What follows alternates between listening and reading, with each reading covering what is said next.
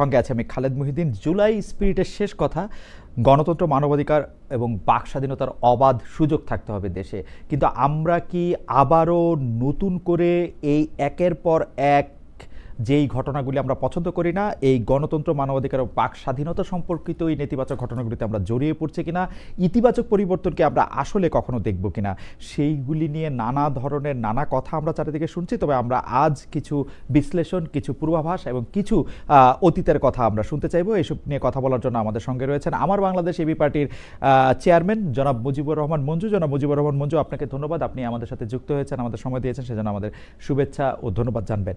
এবং আমাদের সাথে আরও থাকছেন বিশিষ্ট গণমাধ্যম ব্যক্তিত্ব, রাজনৈতিক বিশ্লেষক এবং আমি তাকে অর্থনীতির বিশ্লেষকও মনে করি, জনাব আব্দুল নূর তুষার, যিনি পেশায় একজন চিকিৎসক। তুষার ভাই, আপনাকেও আমাদের অনুষ্ঠানে স্বাগত জানাই। অনেক শুভেচ্ছা, ধন্যবাদ এবং কৃতজ্ঞতা, আপনি আমাদের সাথে যুক্ত হয়েছেন। অনেক ধন্যবাদ খালেদ।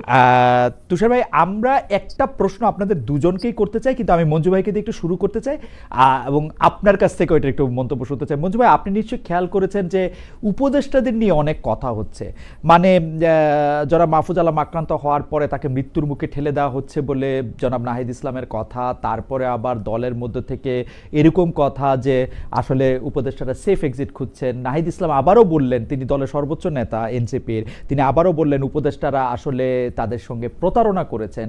কেউ কেউ বলছেন উপদেষ্টা আসলে পালাবার পথ পাবেন না, আবার কেউ বলছেন জীবন নিয়ে যেতে হবে। এই উপদেষ্টারা আসলে কারা? মানে মঞ্জু ভাই, আপনিও এই উপদেষ্টা পরিষদ গঠনের সঙ্গে সরাসরি সম্পৃক্ত ছিলেন, যদি বলি আপনি জানা ছিল কাদের সাথে এই রকমটা ভাবা হচ্ছে যে যারা প্রতারণা করেছেন, যারা পালাবার পথ পাবেন না, জীবন নিয়ে পালাতে পারবেন না, যারা আরেকজন উপদেষ্টাকে আসলে এটা তৈরি করেন, এটা আসলে কারা বলে আপনার কাছে মনে হয় মঞ্জু ভাই? মানে আপনি এটা লক্ষ্য করেছেন কিনা? আমি তুষার ভাইয়ের কাছে এটা জানতে চাইবো, আগে একটু মঞ্জু ভাইয়ের কাছে একটু শুনি। জানা মুজিবুর রহমান। ধন্যবাদ খালেদ ভাই, ধন্যবাদ তুষার ভাইকেও শুভেচ্ছা, দর্শকদেরকেও। কথা হচ্ছে, যেহেতু আমরা জানি যে এখানে নাহিদ ইসলাম একটা কি রোলে আছেন, এবং যখন উপদেষ্টা পরিষদ গঠন হচ্ছিল আমরা দেখলাম যে ঘোষণা দেয়া, কখন কি হচ্ছে, উনি মোট কথা বলা যায় যে উনি মুখ্য ভূমিকায় ছিলেন।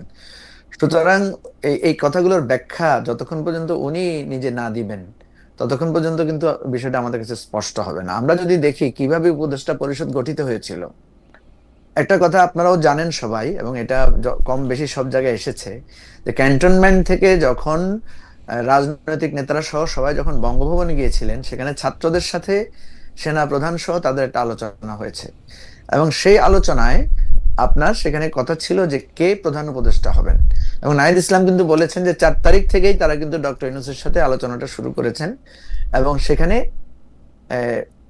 অসমর্থিত সূত্রে বলা হচ্ছিল যে সেনা প্রধান সেখানে বলেছেন যে ডক্টর ইউনূসের ব্যাপারে কি কি হতে পারে, যে ওনার যেহেতু কনভিকশন আছে বা উনি আগ্রহী না, এ ধরনের কিছু আলাপ ছিল। তো ছাত্ররা সেখানে বলেছে যে না, উনি হবেন, ইত্যাদি ইত্যাদি। যাই হোক, সেখানে একটা ফয়সালা হয়েছে যে ডক্টর ইউনূস হচ্ছেন চিফ অ্যাডভাইজার, এবং সেখানে রাজনৈতিক দলগুলোরও একটা মতামত, বা আমি মির্জা ফখরুল ইসলাম আলমগীরের কাছে আলাপ করে যেটা শুনেছি যে ওনারাও এটাতে সম্মতি দিয়েছেন।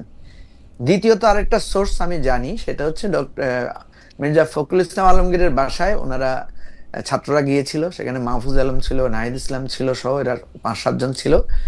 সেখানে এক ধরনের তালিকা প্রস্তুত, আলোচনা হয়েছে কিছু কিছু বিষয়ে, কারো কারো মতামত, যেমন আমার কাছ থেকে একটা বিষয়ে মতামত জানতে চাওয়া হয়েছিল তখন, এখন যে ধর্ম উপদেষ্টা আছেন ওনার ব্যাপারে, যে ওনার ব্যাপারে ওনাকে চেনেন নাকি। তার মধ্যে হ্যাঁ, ওনাকে আমি চিনি, উনি মোটামুটি খারাপ না, ওনার সম্পর্কে সকল ইসলামিক বিভিন্ন মানে স্কুল অফ থটের যারা আছে সবার মধ্যে ওনার একটা গ্রহণযোগ্যতা আছে, উনি হতে পারে। আর বাকি যেগুলো, এগুলো তো কম বেশি আমরা সবাই চিনি। আমি যতটুকু জানি যে এই তালিকার বাইরে প্রফেসর ইউনূসের ইচ্ছায় বা ওনার সুপারিশে বা ওনার রিকমেন্ডেশনে হয়তো আরো নতুন করে 2-3 জন যোগ হয়েছে। এবং প্রথম দিকে আপনার আমাদের যে ওয়াহিদুদ্দিন মাহমুদ, উনি অনাগ্রহ দেখিয়েছেন, বা উনি বলেছেন যে না, আমি এটাতে যুক্ত হতে চাই না।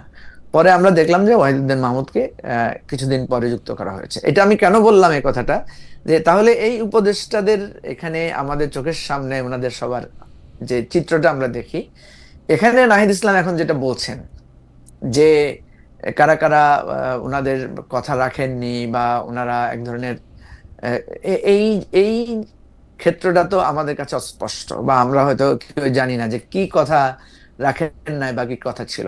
তবে একটা কথা এখানে আছে, আমরা যদি এখানে দেখি যে বেশ কয়েকজন উপদেষ্টা ছাড়া কিছু কিছু উপদেষ্টা আছেন যাদেরকে হয়তো আমরা দেখব যে আমাদের জুলাই অভ্যুত্থান অথবা আমরা যে 15 বছর ধরে সংগ্রাম করেছি সে সমস্ত ক্ষেত্রে হয়তো ওনাদের অত বেশি ভূমিকা, স্পষ্ট ভূমিকা হয়তো কারো কারো ছিল, কারো কারো ছিল না, ইত্যাদি বিষয় থাকে। এখন যেই কথাটা খালেদ ভাই আপনি রেফার করেছেন যে পালাবার পথ পাবে না, বা কেউ কেউ কথার কথাও কেউ কেউ বলেন, কারণ আপনি জানেন যে উপদেষ্টাদের ভেতরকার, যেমন আমি আজকেও দু এক জায়গায় কথা বলে যেটা বুঝলাম যে উপদেষ্টাদের মধ্যে নানা ধরনের ফরমেশন আছে। তার মধ্যে কিছু কিছু উপদেষ্টা প্রথম থেকেই ছিলেন যে ওনারা মানে নির্বাচনের ব্যাপারে ওনাদের স্পষ্ট পজিশন ছিল যে নির্বাচন দিয়েই আমাদের চলে যাওয়া দরকার এবং নির্বাচন কে কেন্দ্র করে আমাদের কার্যক্রম হওয়া দরকার। কোনো কোনো উপদেষ্টা এমন ছিলেন যে ওনারা চিন্তা করেছেন যে না, আমরা একটা কনক্রিট সলিউশন আমাদের ঠিক হওয়া দরকার, ঠিক করে আমরা যাব। এখন আপনি যদি আমাকে প্রশ্ন করেন যে কারা কারা ছিল, কারা কোন পক্ষে, আমি তো অত স্পেসিফিক বলতে পারবো না। না না মঞ্জু ভাই, আমার মনে হয় যে আপনি প্রেক্ষাপটটা খুবই চমৎকারভাবে বলেছেন। আমি শুধু আপনাকে মানে আমি আবার মানে আবারও আপনার একটু দৃষ্টি আকর্ষণ করি, সেটা হচ্ছে যে দেখেন মাহফুজ আলম সাহেব যখন লন্ডন এবং নিউ ইয়র্কে আক্রান্ত হলেন তখন নাহিদ ইসলাম সাহেব বললেন কেউ কেউ বা এই সরকার উপদেষ্টা তাদের ইঙ্গিত করে বললেন যে তাকে মৃত্যুর মুখে ঠেলে দেওয়া হচ্ছে, সেই স্ট্যাটাস কিন্তু তিনি প্রত্যাহার করেন নাই। সার্জিস আলম বললেন প্রাণ নিয়ে পালানোর ব্যাপারে তিনি একটা কথা বললেন। আমরা দেখলাম উপদেষ্টা আসিফ নজরুলের পোষা একটি ছাগল সেটি খেয়ে ফেলা হলো, বলা হলো এটাকে শিক্ষা দেওয়ার জন্য করা হচ্ছে। এটার মধ্যে নাম আসলো আরেকজন গুরুত্বপূর্ণ নেতা নাসিরউদ্দিন পাটোয়ারির। আমরা দেখলাম যে সামান্তা শারমিন আরও একজন গুরুত্বপূর্ণ নেতা, তিনি বললেন যে এই সব কিছু কিন্তু ফাঁস করা হবে যুগান্তর পত্রিকায়। সেফ এক্সিট নিয়ে কথা হচ্ছে বারবার। এইখানে কোন উপদেষ্টাদের কথা আসলে ইঙ্গিত করা হচ্ছে? এই উপদেষ্টাদের মধ্যে এই 2 দল 3 দল, আপনিও ফরমেশনের কথা বললেন, আপনার কি মনে হয় যে কারা কোন পক্ষে? যেমন আমি কিন্তু খেয়াল করি, আমি তুষার ভাইয়ের কাছ থেকে ওটা জানতে চাইবো। এখন তুষার ভাই হচ্ছে ঠোঁটকাটা মানুষ, উনি কথা বলতে পছন্দ করেন, সেজন্য আমি পরে মানে স্পষ্ট কথা বলতে পছন্দ করেন, সেজন্য কিন্তু আমি মিলাইতে পারতেছি না। কিন্তু কারণ হচ্ছে যে ডক্টর মোহাম্মদ ইউনূস প্রথম থেকে বলছেন যে এই স্টুডেন্টরা ওনাকে চাকরি দিচ্ছেন, যারা উপদেষ্টা ছিলেন তারা এই নাহিদ কয়েকদিন আগে পর্যন্ত নাহিদ সাহেব উপদেষ্টা ছিলেন, মাহফুজ সাহেব এখনো আছেন, আসিফ মোহাম্মদ সজীব এখনো আছেন, এবং আমরা কিন্তু দেখি যে এই সরকারকে কম বেশি তারা পরিচালনা করেন। 2টা টিভির লাইসেন্স তাদের দলের লোকরাই পাইছেন। মানে কোথায় এত ক্ষোভ, কেন এত ক্ষোভ, এবং কোন জায়গায় এটা বোঝা যাচ্ছে কিনা, মানে কারা তাদের টার্গেটে বা কারা তাকে হতাশ করেছে? খালেদ ভাই, আমি তো একজন রাজনৈতিক কর্মী। জি। তুষার ভাই যেভাবে বলতে পারবে আমি হয়তো সেভাবে বলতে পারবো না, জি। বা আমি বলবো না তা না, আমি যতটুকু জানি বা যতটুকু বুঝি জি। আমার দৃষ্টিকোণ থেকে হয়তো আমি বলবো। আমি আপনাকে বলি যে একটা জিনিস আমরা যেটা দেখেছি সেটা হচ্ছে, আপনার মনে থাকার কথা যে প্রথম বঙ্গভবনে ছাত্রদেরকে নিয়ে যাওয়া নিয়ে একটা কনফিউশন ছিল যে কারা যেন সেখানে প্রতিনিধি আকারে গিয়ে উপস্থিত হয়েছিলেন।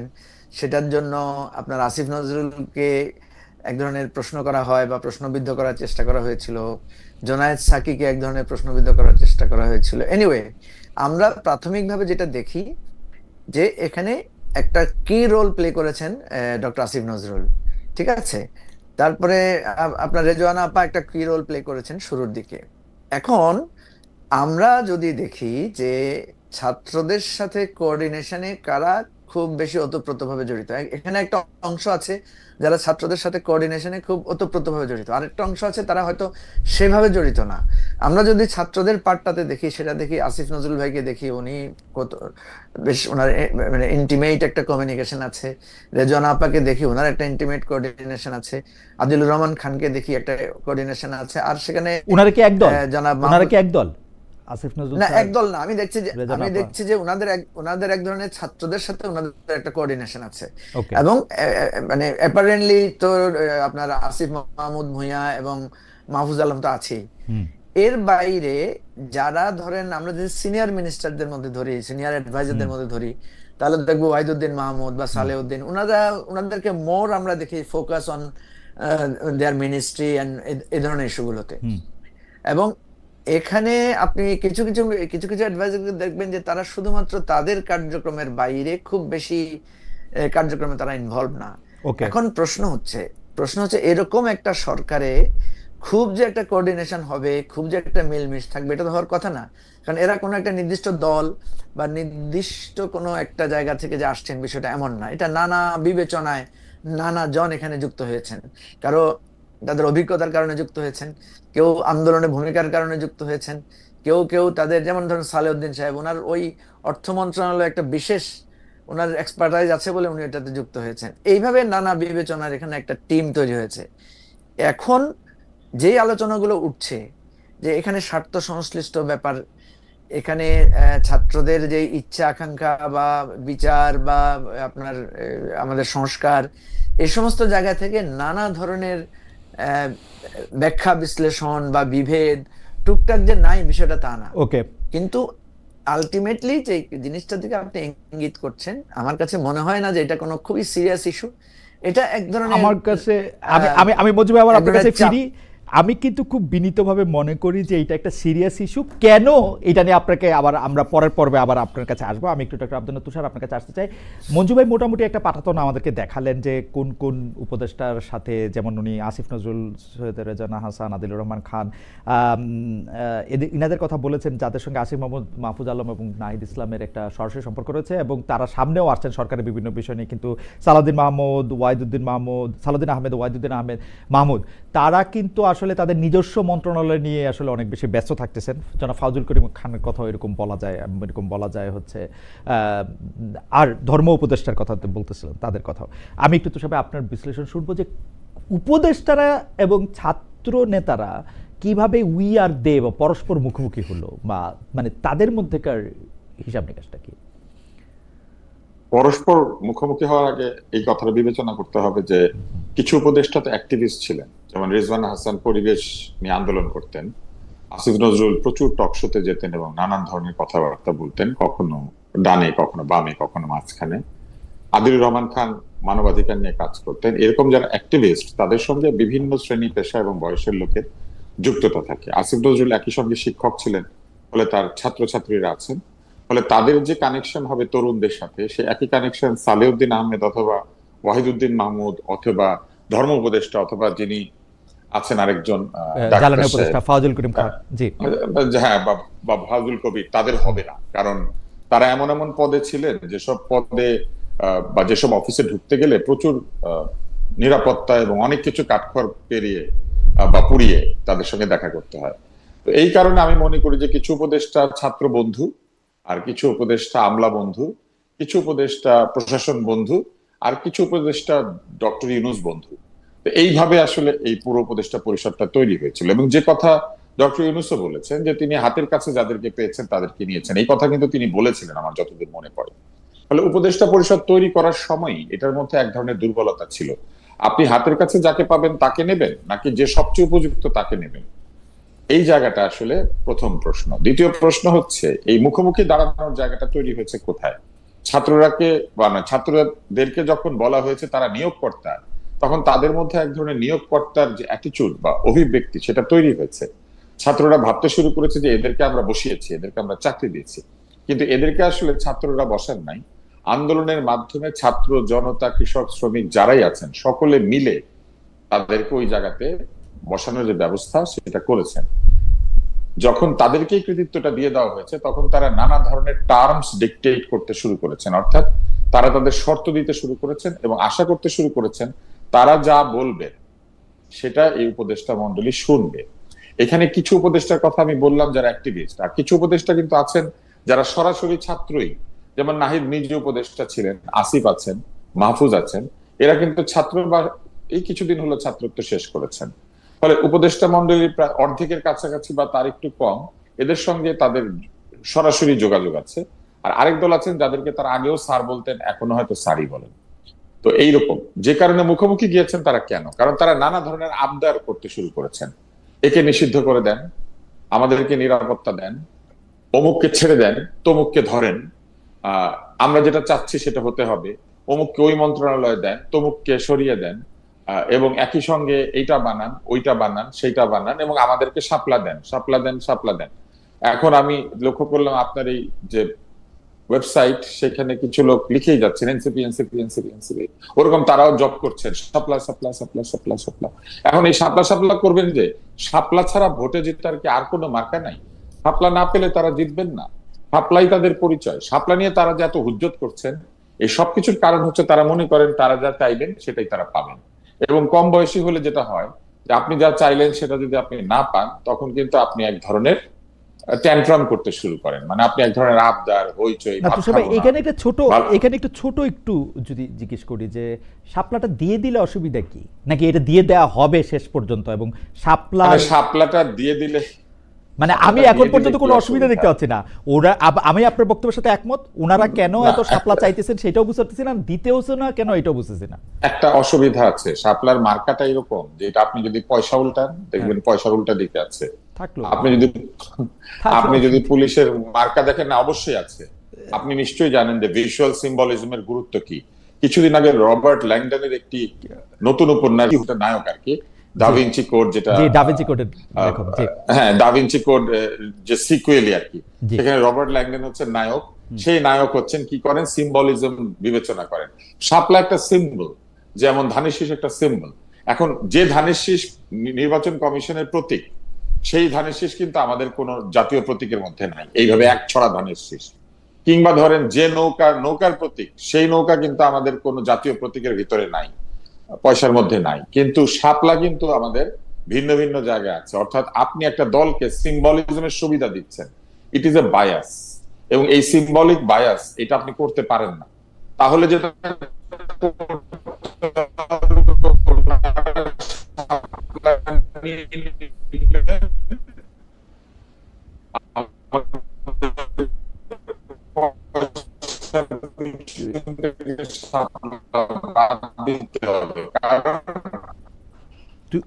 তুষার ভাই, আপনার কথা একটু 24 ঘন্টা চোখের সামনে দেখতে, আপনার সামনে টুথপেস্ট ফর্সা হইবেন, এগুলো ধরে রাখে, পকেট থেকে বের করলে বের হয়।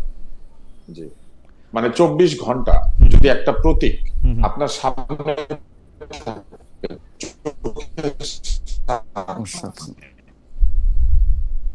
তাহলে কিন্তু আপনি এক্সট্রা অ্যাডভান্টেজ পাচ্ছেন। তো যে প্রতি দাঁড়িয়ে আছে, যে প্রতি সারাদিন শাপলা শাপলা বলা যাচ্ছে করা, অর্থাৎ আমি কিন্তু মনে করি যে তুষার ভাই, যদি সিম্বলে ওরা সুবিধা পায়, এনসিপির ওরা, তো ওটুকু সুবিধা উনাদেরকে দিলেও দেয়া যেতে পারে। মানে আমি মনে করি যে ঠিক আছে, ওনারা জীবন মানে তাহলে বাকি সুবিধাগুলো দেন।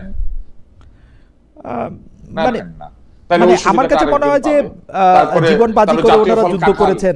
জাতীয় ফল কাঁঠাল, হ্যাঁ, জাতীয় ফল কাঁঠাল কেউ চাইলে নিশ্চয়ই পাইতেও পারে। আপনি যেসব যুক্তি, না আপনি এখন কাঁঠাল কিন্তু আছে, কাঁঠাল কিন্তু আছে, হ্যাঁ আছে তো, কিন্তু সেই কাঁঠাল তো পয়সার মধ্যে নাই। সেই কাঁঠাল তো জায়গায় জায়গায় ছবি বানায় আমরা রাখি নাই। বাংলাদেশে তো কোনো কাঁঠালের ভাস্কর্য নাই, কিন্তু দোয়েলের ভাস্কর্য আছে একটা ইউনিভার্সিটি মোড়ে। হ্যাঁ, তো এবং দোয়েল 2 টাকার নোটের মধ্যে ছিল। তো এরকম প্রতীক যেটা চোখের সামনে থাকে, যেই প্রতীকের সুবিধা কেউ পেতে পারে, তাকে আলাদা করে প্রতীক চিনাতে হয় না। এরকম প্রতীক কাউকে না দেওয়াই ভালো আমার কাছে মনে হয়। ফলে নির্বাচন কমিশন কেন দিচ্ছেন না, এটা তার ব্যাপার। আর খালেদ, আপনি যে সব যুক্তি দিচ্ছেন, এগুলা খুবই অদ্ভুত যুক্তি আছে আর কি। যদি তারা যুদ্ধ করেছেন বলে প্রতীক পান, তাহলে মুক্তিযোদ্ধারা যুদ্ধ করেছে, কোটা পাবে না কেন? আপনার যুক্তি কিন্তু ওই দিকে যাচ্ছে। তো মানে এই যুক্তিটা সঠিক যুক্তি না। কেউ যুদ্ধ করেছে সুবিধা পাওয়ার জন্য না, কেউ যুদ্ধ করেছে জনগণের জন্য সুবিধা এনে দেওয়ার জন্য। তারা যুদ্ধ করেছেন জনগণের জন্য, সুবিধা তারা চান কেন? এইটা তো বিবেচনা নিতে হবে। ফলে আমার কাছে মনে হয়েছে যে আজকে যে উপদেষ্টা মন্ডলীকে তারা কথা বলছেন, সেখানে আরো কিছু সমস্যা আছে। যেমন তারা বারবার উপদেষ্টা মন্ডলীকে বলছেন সেফ এক্সিট হবে, অনারেবল এক্সিট। সেফ এক্সিট মানে কি? মানে কেউ কি পদ থেকে সরে গেলে সে অনিরাপদ হয়ে যায়? পদে কি আপনার জীবনের নিরাপত্তা? আপনি পদে থাকলে নিরাপদ, আর পদ ছেড়ে দিলে আপনি অনিরাপদ হয়ে যাবেন? এটা হচ্ছে একটা প্রশ্ন। দ্বিতীয় প্রশ্ন হচ্ছে, আপনি পদ থেকে চলে গেলেন, আপনার সম্মানের সঙ্গে প্রস্থান প্রয়োজন, আপনার নিরাপত্তার সঙ্গে প্রস্থান প্রয়োজন হবে কেন? আপনি বন্দুক পিস্তল কামান পিছনে নিয়ে আপনি প্রস্থান করবেন যে আপনাকে সবাই পাহারা দিবে আর আপনি প্রস্থান করবেন? বরং প্রস্থানের সঙ্গে সঙ্গে আপনি সাধারণ মানুষ হয়ে যাবেন। এটাই হচ্ছে প্রস্থানের সৌন্দর্য, যে আপনি ক্ষমতায় যখন ছিলেন আর ক্ষমতার বাইরে আপনি আবার সাধারণ মানুষের সঙ্গে মিশে যাবেন। এইটাই তো হচ্ছে ক্ষমতার সৌন্দর্য। সেই সৌন্দর্য বাদ দিয়ে তারা সারাক্ষণ বলছেন, বুঝেন কিন্তু ক্ষমতা ছেড়ে দিলে কিন্তু মৃত্যু সামনে দাঁড়িয়ে আছে। ক্ষমতা ছেড়ে দিলে অথবা না দিলে মৃত্যু তো আমাদের সবার সামনেই দাঁড়িয়ে আছে। বিশেষভাবে উপদেষ্টাদেরকে সামনে ধ্বংস, সামনে মৃত্যু, সামনে নিরাপদ নাই, এগুলো তো এক ধরনের আমার কাছে মনে হয় ভয় দেখানো, হুমকি প্রদান। এই ভয় থেকে কি কেউ মুক্ত? উপদেষ্টা যারা নন, ধরেন আমার আপনার মতো লোকেরা, তারাও কি এই ভয় থেকে মুক্ত? আমরা কি আসলে এই নিরাপত্তাহীনতা থেকে মুক্ত হতে পেরেছি? এই সরকার কি আমাদেরকে একটা নিরাপদ পরিবেশ দিতে পেরেছে? এই সরকার নিরাপদ পরিবেশ যে দিতে পারছে না, এইটা এই সরকারের বিভিন্ন জায়গাতে তারা স্বীকার করেছেন। এমনকি এই সরকারের যিনি স্বরাষ্ট্র উপদেষ্টা, তিনি পর্যন্ত বিভিন্ন জায়গাতে উষ্মা প্রকাশ করেছেন, হতাশা প্রকাশ করেছেন, রাতের 3টায় সংবাদ সম্মেলন করেছেন। একটা ছাগলকে নিরাপত্তা দিতে পারে না উপদেষ্টার বাসার মধ্যে, সেই ছাগল একজন নিয়ে গিয়ে কেটে খেয়ে ফেলে। তাহলে একটা ছাগলের নিরাপত্তা নাই যে দেশে, উপদেষ্টার বাসার ছাগল নিরাপদ না, তাহলে রাস্তায় যে ছাগলগুলি ঘুরে বেড়াচ্ছে, রাস্তায় ছাগলের নিরাপত্তা আছে? খুবই আমার কাছে খুবই মজার ব্যাপার লেগেছে। আমি দর্শকদের মধ্যে থেকে কয়েকটা অংশ এটা বলি যে জনাব নাসিরউদ্দিন পাটোয়ারি আমার অনুষ্ঠানে এসেছিলেন গত সপ্তাহে এই বিষয় নিয়ে প্রশ্ন করার ক্ষেত্রে তিনি আমাকে সরাসরি বলেছেন যে এইটা আসলে উপদেষ্টা আসিফ নজরুলকে একটা শিক্ষা দেওয়ার মতো করেই এটা আসলে করা হয়েছে। আমি খুবই অবাক হয়েছি যখন আমি আবার খুব অবাক হয়ে বললাম যে আপনারা এটা করতে পারলেন, তখন উনি বললেন আপনি আমার এটা বলতে পারেন না, খুব রাগটাগ হয়ে গেলেন। আমি বুঝলাম না জিনিসটা কিরকম। কিন্তু দর্শকদের মধ্যে অনেকেই বলতেছেন আপনার মধ্যে যে টাকার মধ্যে কি ধানের শীষ নাই তুষার ভাই? আপনি যে পয়সার মধ্যে প্রতীক যে ধানের শীষটা সেটা আছে না, কিন্তু নামও তো ভাবকে লিপ্ত হতে চাই না, সত্যি কথা। শোনেন খালেদ, আরেকজন দর্শক বলেছেন, যারা আমি শুধু মন্তব্য করলে, আরেকজন দর্শক বলেছেন যে ডক্টর শাহদিন মালিক দেখিয়েছেন এই প্রতীক বা এই শাপলাটির কথা যেহেতু সংবিধানে বাংলাদেশের প্রতীক হিসেবে আছে, সেটি সেজন্য এটি প্রতীক হতে পারে না, এটি একজন বলেছেন আর কি। এই দুই রকম মন্তব্য আছে প্রতীক মানে শাহদিন মালিক। হ্যাঁ, আমি আসলে কথার মাঝখানে খেয়ে হারিয়ে ফেলি যদি আপনি ইন্টারাপ্ট করেন। শাহদিন মালিকের প্রসঙ্গে আসার আগে আমি ছাগল প্রসঙ্গে থাকি। ছাগল যিনি চুরি করেছেন তিনি শিক্ষা দেওয়ার জন্য ছাগল মারেন। তো যারা ছাগল মেরে উপদেষ্টাকে শিক্ষা দেন, তারাই আবার উপদেষ্টাদেরকে ভয় দেখান যে ক্ষমতা ছেড়ে দিলে কিন্তু সেফ এক্সিট, মৃত্যুর সামনে দাঁড়িয়ে আছে। তো ছাগল মারা লোকজনই এরকম চিন্তা করতে পারে, ছাগল চুরি করা লোকজনই এরকম চিন্তা করতে পারে। অতএব এই নিয়ে আমি আর পরবর্তী কথায় যেতে চাই না। কাউকে না বলে কোনো কিছু নিতে নিষেধ করা হয়েছে, এইটা আদর্শ লিপিতে যেরকম আছে বিদ্যাসাগরের, এটা আমাদের ধর্মগ্রন্থ কোরআনেও আছে। আর এক ছাগল নিলাম, কালো ছাগল নিয়ে লাল ছাগল দিলাম, লাল ছাগল নিয়ে কালো ছাগল দিলাম, এইটা কিন্তু কোনো সমাধান না। অতএব ছাগল থেকে আমরা সরে যাই। এইবার আসি, আপনি যে প্রতীকের কথা বললেন, এই তর্কটা আসলে ঘেনা প্যাচাল। এটাকে ঘেনা প্যাচাল বলে। কিছু লোক আসেন এবং তারা এই জায়গাতে কমেন্ট করে করে ঘেনা প্যাচাল পারেন। এদের সঙ্গে আমি তর্কে যেতে চাই না। শাহদিন মালিক সাহেব কতখানি আইন বোঝেন, কতখানি শিক্ষিত, কতখানি সংবিধান বোঝেন, এটা বাংলাদেশের মানুষ জানে। অতএব আপনারা তার সঙ্গে গিয়ে তর্ক করেন যে উনি কেন বললেন যে শাপলা দেওয়াটা ঠিক হবে না। আর যে ধানের শীষ, যে ধরনের ছবি, সেই ধানের শীষ টাকাতে নাই। যে প্রতীক হিসেবে যে চেহারা, সেটা টাকাতেও নাই, সেটা পয়সাতেও নাই।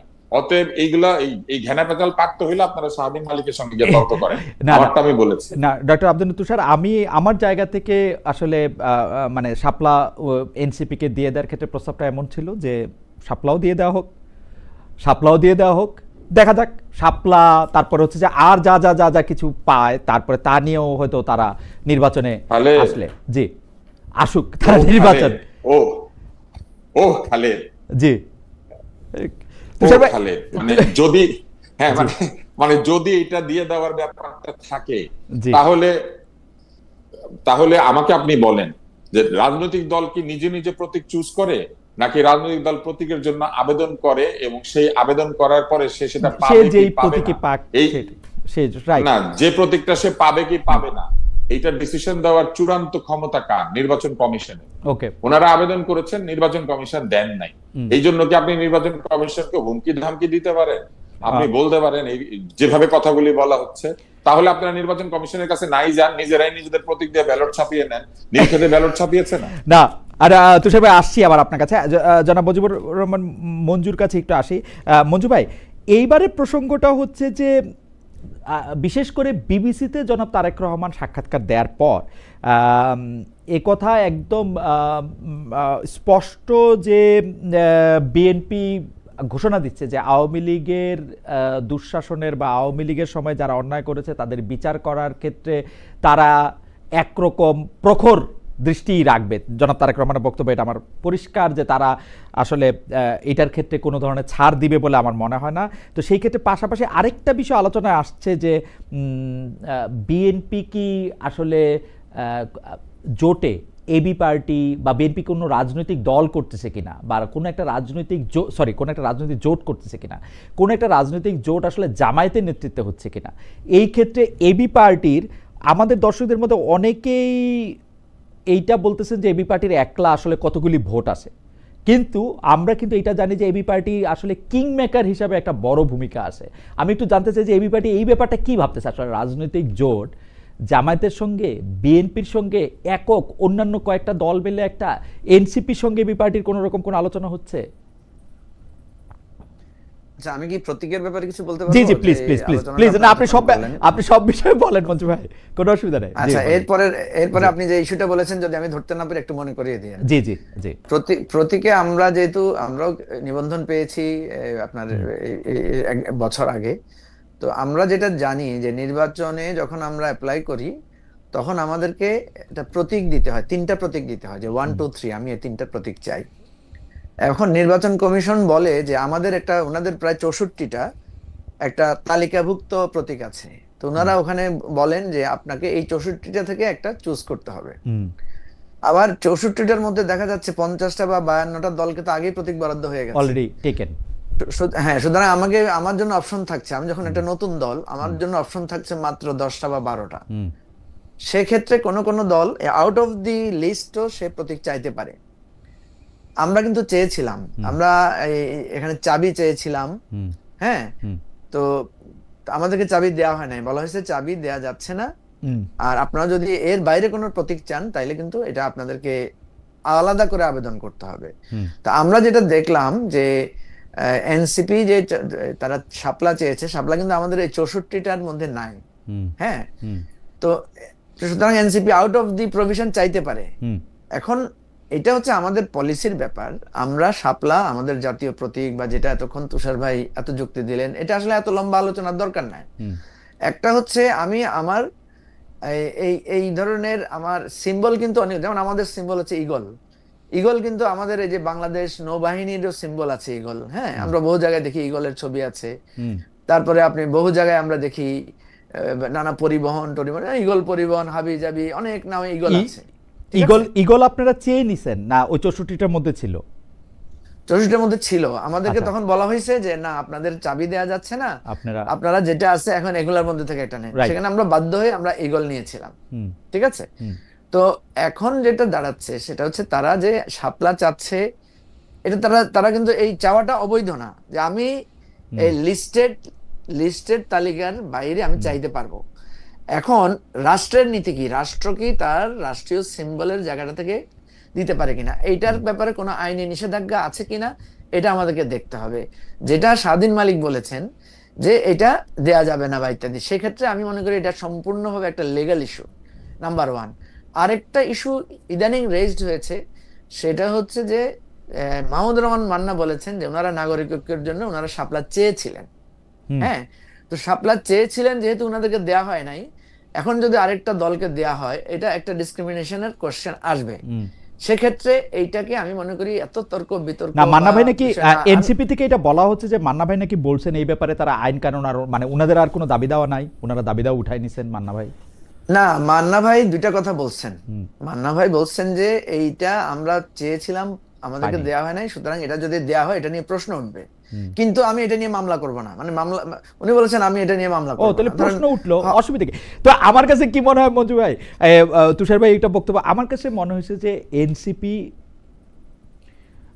এনসিপি ওলারা শুনলে একটু রাগ করবেন কিনা আমি জানি না, কিন্তু আমার কাছে মনে হয় এনসিপিদের শাপলা দেয়া যাইতে পারে। আসলে আমরা মনে হয় যে নতুন রাজনৈতিক দল নতুন বন্দোবস্তের কথা তো বলতেছে, নতুন প্রতীক নিয়ে নতুনভাবে ওরা আসুক, এবং আমি খুবই অবাক হচ্ছি যে এই প্রতীকটা ওরা পায় না, যে প্রতীকটা ওদের রাজনৈতিক দল না, এটার জন্য যে ওদের ভালোবাসা সেইটাও আমার আসলে মুগ্ধ করতেছে। মানে এটা যদি এমন হইতো যেমন জাসদ 5টা-6টা ভাগ হয়ে যাওয়ার পরে কে মশাল পাবে সেটা নিয়ে অনেক আন্দোলন হয়েছিল, মঞ্জু আপনার মনে আছে, তুষার ভাইয়েরও মনে থাকতে পারে, রাজপথে এটা গড়াইছে, পুলিশ এটা করছে, তখন মশাল কে পাবে, এটা রব ভাইয়ের জাসদ পাবে, ইনু ভাইয়ের জাসদ পাবে নাকি শাহজাহান সিরাজ ভাইয়ের জাসদ পাবে, এটা নিয়ে মেলা ক্যাচাল হয়েছে। কিন্তু এটা একটা মশাল, হ্যাঁ, হ্যাঁ। একটা ঐতিহ্যবাহী হ্যাঁ, প্রক্রিয়া। এটা এটা জন্মের অনেকগুলো থেকেই, শাপলা জন্মের থেকে ঐতিহ্যবাহী মানে এনসিপির জন্য। এটা জাতীয় পার্টির লাঙ্গল নিয়েও হয়েছে, আপনি ও জানেন। লাঙ্গল এগুলা নিয়ে কিন্তু হয়েছে, অনেক লাঙ্গল নিয়ে লাঙ্গল রাস্তায় নিয়ে মনে হয় হয়েছে। এত গ্যাঞ্জাম হয় নাই, মশাল নিয়ে যত হয়েছে। মামলা হয়েছে, লাঙ্গল নিয়ে তো মামলা হয়েছে এবং এটা আদালতে হাইকোর্টের হয়েছে, ডিসিশন, আদালতে হয়েছে, আদালতে গড়াইতে হয়েছে। আদালতে হয়েছে। তো সুতরাং সিম্বল একটা ইম্পর্টেন্ট ইস্যু, একটা পার্টি যখন একটা সিম্বলকে ধারণ করে। তবে আমি বলি, আমার অবজারভেশন হচ্ছে এই যে মানে শাপলা না হইলে আমরা যাব না, এই কথাটার কারণে কিন্তু এনসিপির যে খুব পাবলিক গ্রহণযোগ্যতা বাড়ছে, বিষয়টা তা না। পাবলিক কিন্তু এটাকে ভালোভাবে কিন্তু আমার নিচ্ছে কিন্তু না। মনে হয় মঞ্জু ভাই, শাপলা উনাদেরকে জি। দেয়া হবে। আমার মনে না, হয় নির্বাচন কমিশন শেষমেশ আমা- উনাদেরকে শাপলা দিবে, আমার মনে হয়। না, এবং আমি তো উনাদের আপনাকে সকল সেটাই আন্দোলন এসে শাপলা এসে থামবে আর কি, আমার কাছে মনে হয়। খালেদ খালেদ ভাই, আমি আপনাকে বলি, শাপলা দেয়ার ব্যাপারে যদি আইনি নিষেধাজ্ঞা না থাকে, এটা তো আমি তো আপনাকে বললাম, লিস্টের বাইরে কেউ সিম্বল চাইতে পারে, এটার যদি আইন বা সাংবিধানিক নিষেধাজ্ঞা বাধা যদি না থাকে, তাহলে দিতে তো আপনি পাইতে অসুবিধা কোথায়? আমি আপনার সাথে এই জায়গায় একমত। রাইট। বাট যেই ইস্যুটা রেজ করেছেন তুষার ভাই, এবং একই সাথে আমি যদি বলি স্বাধীন মালিকের যে প্রশ্নটা, এইটা যদি আইনি বিষয় হয় তাইলে তো এটা স্বাভাবিক, এটা তো আইনেও টিকবে না। না, সংবিধানই তো আমরা ফালাই দিব মঞ্জু ভাই। সংবিধান দিয়ে কি হবে? সংবিধানে শাপলা আছে না, ডক্টর স্বাধীন মালিক কি বলছে, এটা তো অত গুরুত্বপূর্ণ না। আইনে যদি না মানে নির্বাচন কমিশন মনে করলে এটা দেওয়া উচিত। আমি মনে করি সংবিধান এগুলি মানুষের জন্যই সংবিধান, তো আর কি। ঠিক আছে, ঠিক আছে। তাহলে আপনি জোটের কথা বলেন মঞ্জু ভাই, আপনারা জোট করবেন কিনা? বিকজ যেহেতু আপনারা কিং মেকার, এখন জামাতের সঙ্গে যাবেন না বিএনপির সঙ্গে যাবেন নাকি আলাদা জোট করবেন, কিভাবে এইটা রাজনৈতিক? কারণ প্রতিবার আপনার সঙ্গে কথা বলার পর অন্তত আমি একটা বুঝতে পারি যে বাংলাদেশের রাজনীতি কোন দিকে যাচ্ছে, অন্তত বুঝতে পারি বলে মনে করি আর কি। আচ্ছা খালেদ ভাই, আমি আপনাকে বলি, প্রথম হলো যে আমাদেরকে প্রচুর সমালোচনা, প্রচুর টিজ শুনতে হয়। ইভেন আপনি আমার ফেসবুক আইডিতেও গেলে দেখবেন বহুজনে বলে যে তোমাদের কয়টা ভোট আছে। হ্যাঁ, আমরা যারা নতুন রাজনৈতিক দল করি, ভাই আমার তো হঠাৎ করে ভোট থাকবে না। একটা রাজনৈতিক দল, আপনি যদি বলেন যে একটা ছেলে জন্ম নিয়ে যদি বলেন যে তুমি মানে বীজগণিতের সূত্র বলো, সে কি বীজগণিতের সূত্র বলতে পারবে? পারবে না তো। আমার রাজনৈতিক দল তো নতুন, আমার তো বেশি ভোট থাকবে না, এটাই তো স্বাভাবিক হওয়ার কথা, তাই না? আমরা তো একটা হাইব্রিড মানে কিংস পার্টি না যে আমার জন্মই হবে সোনার চামচ মুখে নিয়ে। সুতরাং যারা বলেন তোমার কয়টা ভোট আছে, আমি তাদেরকে স্যালিউট করি যে আপনি একটা ভ্যালিড কোশ্চেন তোলেন। আপনার এই ভ্যালিড কোশ্চেনের জন্য ধন্যবাদ। আমরা তো এটাই আমাদের ক্রেডিট যে আমাদের শূন্য ছিল, একসময় তো আমাদের দলের অস্তিত্বই ছিল না। সুতরাং আমার আজকে অল্প কয়টা ভোট থাকবে, কালকে আর একটু বেশি বাড়বে, এক সময় আমার ভোট বাড়বে, এটাই তো নিয়ম। আমি ভোট বেশি নিয়েই জন্ম নিব, এটা তো নিশ্চয়ই কোনো একটা অর্গানিক মানে জন্ম গ্রহণ প্রক্রিয়াও না। তো একটা কথা হচ্ছে, আমরা আমাদের দল জন্ম নিয়েছে, দলটা আস্তে আস্তে আমরা তৈরি করে সামনের দিকে আগাচ্ছি, এবং আমরা এই ইলেকশনে আপনাকে আমি বলছি যে আগামী 14 তারিখ আমরা কিন্তু আমাদের 100 নমিনির প্রাথমিক মানে একটা ঠিক করেছি, আমরা চূড়ান্ত করেছি, এটা আমরা ডিক্লেয়ার করব। দেন মানে বাই প্রসেস বা সময়ে সময়ে আমরা আরো সর্বোচ্চ সংখ্যক আসনে প্রার্থী দেওয়া যায় কিনা সেটাকে আমরা বিবেচনায় নিচ্ছি। এখন কত ভোট পাবো আমরা ইন্ডিভিজুয়াল ইলেকশন করে, সেটা তো স্বাভাবিক, এটা ইলেকশনের রেজাল্টের পরে সবাই জানতে পারবেন। যারা এখন প্রশ্ন করেন আপনাদের কত ভোট, তারা নিশ্চয়ই অতক্ষণ পর্যন্ত ধৈর্য ধরবেন। দ্বিতীয় যেটা আপনি জোট করবেন কিনা মঞ্জু ভাই, জোট করবেন কিনা? দ্বিতীয় হচ্ছে একটা জোট করার ব্যাপারে আমাদের আগ্রহ আছে। আচ্ছা, এখানে আপনি ঠিকই বলেছেন, এখানে আমরা দেখছি 4টা জোটের একটা ফরমেশন হচ্ছে। একটা হচ্ছে বিএনপির নেতৃত্বে একটা জোট, একটা দেখছি আমরা জামাতের নেতৃত্বে একটা জোট, একটা দেখছি জাতীয় পার্টিকে কেন্দ্র করে একটা জোটের গুঞ্জন, বা সিপিবি লেফট ওরিয়েন্টেড দলগুলোকে একটা জোট। আর আমরা 9টা দল আমাদের এই একটা ইস্যুতে বসেছিলাম, সেটা হচ্ছে যে আপনার জুলাই সনদ বাস্তবায়নের প্রক্রিয়ায় আমরা অন্যান্য দলগুলোর সাথে মিলে একটা অনানুষ্ঠানিক এক ধরনের সমঝোতায় আসতে পারি কিনা। তো সেইখানে আমাদের ওই বৈঠকের পরে অনেকে বলেছেন এটা কি কোনো নির্বাচনের জোটে রূপ নিতে পারে কিনা। তো সেক্ষেত্রে আমরা বলেছি আমরা এই ধরনের একটা চিন্তা করতেও পারি। মানে আমাদের যেহেতু একটু আমাদের চিন্তাগত মিল আছে, আমরা একটু সেন্ট্রিস্ট পলিটিক্যাল পার্টি হিসেবে আমাদের একটা চরিত্র দাঁড়িয়েছে, এবং আমরা যেহেতু দেখছি যে এই নতুন অভ্যুদয়, আপনি দেখবেন সেই নাগরিক ঐক্য থেকে শুরু করে রাষ্ট্র সংস্কার আন্দোলন থেকে শুরু করে গণ অধিকার পরিষদ, এবি পার্টি, এনসিপি, আমাদের কিন্তু একটা কমন জায়গা আছে। আমরা বলছি যে রাষ্ট্রটাকে নতুন করে একটা নতুন রাজনৈতিক বন্দোবস্তে যেতে হবে। এটা সত্য যে আমাদের এই গণ অভ্যুত্থানের পরে যে স্বপ্ন কিছুটা হলেও ক্ষতিগ্রস্ত হয়েছে, কিছুটা প্রশ্নবিদ্ধ হয়েছে ছাত্র নেতৃত্ব, কিন্তু অল্টারনেটিভ যেটা, যে বিএনপি জোট বা জামাতের জোট, এদের কাছ থেকে যে একটা নতুন পলিটিক্যাল অর্ডার মানুষ পাবে, সেটাও কিন্তু মানুষ আস্থা রাখতে পারছে না।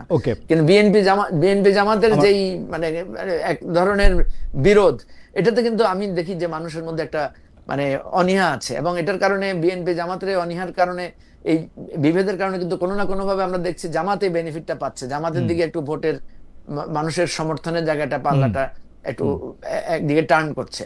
তো সেই জায়গা থেকে আপনার প্রশ্নের স্পষ্ট উত্তর হচ্ছে, আমরা সেন্ট্রিস্ট পলিটিক্যাল পার্টিগুলো নতুন রাজনৈতিক বন্দোবস্তের স্বপ্ন আমরা যারা দেখছি, এবং নতুন রাজনৈতিক সংস্কারের যেই কাজগুলো আমরা করছি, এটাকে কেন্দ্র করে একটা জোট করা যায় কিনা, এটার জন্য আমরা চেষ্টা করছি। ওকে, আপনাকে ধন্যবাদ মঞ্জু ভাই। আমি তুষার ভাইয়ের কাছে যাওয়ার আগে আমি একটু দর্শকদের মতামত, দর্শকরা আবার মন্তব্য পাঠাচ্ছেন, কেউ কেউ আবার এটা বলতেছেন যে খালেদ ভাই আপনি মন্তব্য পড়েন কেন, ইন্টারেস্টিং। যাই হোক, আবুল খায়ের সাহেবের মন্তব্য আমি একটু বলতে চাই যে খালেদ ভাই আপনারা দুজন মিলে এনসিপি নিয়ে মজা করেন, এদের দেশের প্রতি যে ভালোবাসা আছে তা নষ্ট করেন না। জনাব আবুল খায়ের সাহেব, আপনাদের জন্য একটু আমি বলি, আপনাকে একটু বলি, দেশের জন্য ভালোবাসা আরও কারো থাকতে পারে, যারা রাজনৈতিক দলে যায় নাই, যারা রাজনৈতিক দল করে নাই, এরকম কারোর মধ্যেও কিন্তু দেশের জন্য ভালোবাসা থাকতে পারে, ওইটাও আপনারা একটু খেয়াল করেন। যাই হোক, আমি একটু তুষার ভাইয়ের কাছে আসবো। তুষার ভাই, দর্শকদের কাছে আমি জানতে চাইছিলাম, যারা আপনারা সাথে যুক্ত হওয়ার আগে মানে জরিপের মতো জুলাই সনদ বাস্তবায়ন প্রক্রিয়া নিয়ে রাজনৈতিক দলগুলোর মধ্যে একটু বিবিসি বাংলার দেওয়া জনাব তারেক রহমানের সাক্ষাৎকারের প্রসঙ্গ ধরে আসি, যেটা এখনও স্পষ্ট যে বিএনপি এখনও মাঠে রাজনীতিতে প্রধান প্রতিপক্ষ আওয়ামী লীগকেই মনে করে। আপনার কাছে কি মনে হয় 24-এর 5 আগস্টের পরে আওয়ামী লীগের সেই প্রাসঙ্গিকতা কি আছে? কেউ কেউ আবার বলছেন জনাব সাবের হোসেন চৌধুরীর নেতৃত্বে আরেকটা আওয়ামী লীগের শাখা বা শুদ্ধ আওয়ামী লীগ, তৃণমূল আওয়ামী লীগ, ভালো আওয়ামী লীগ, এরকম কিছু একটা হতে পারে। আপনার কাছে কি মনে হয় তুষার ভাই? সাবের হোসেন চৌধুরীর নেতৃত্বে কিছু হবে কিনা এই বিষয়ে আমার কোনো ধারণা নাই। তবে তারেক রহমান যেটা মানে ওই সাক্ষাৎকারে যদি এরকম মনে হয়ে থাকে যে আওয়ামী লীগ বিএনপির সবচেয়ে বড় প্রতিপক্ষ, এটা মনে হওয়াটা তো কোনো ভুল না। কেননা আওয়ামী লীগ পালিয়ে গিয়েছে, দলের নেতারা চলে গিয়েছে, কিন্তু যারা আওয়ামী লীগের সমর্থক ছিল, ভোটার ছিল, তারা তো আচাররা জয় পরাজয়ের সম্পর্ক থাকবে, অন্তত কিছু আসনে তো থাকবেই। ফলে বিএনপি একটি অত্যন্ত আমি মনে করি শক্তিশালী দল। একই সঙ্গে তাদের নির্বাচন সংক্রান্ত যথেষ্ট অভিজ্ঞতা রয়েছে।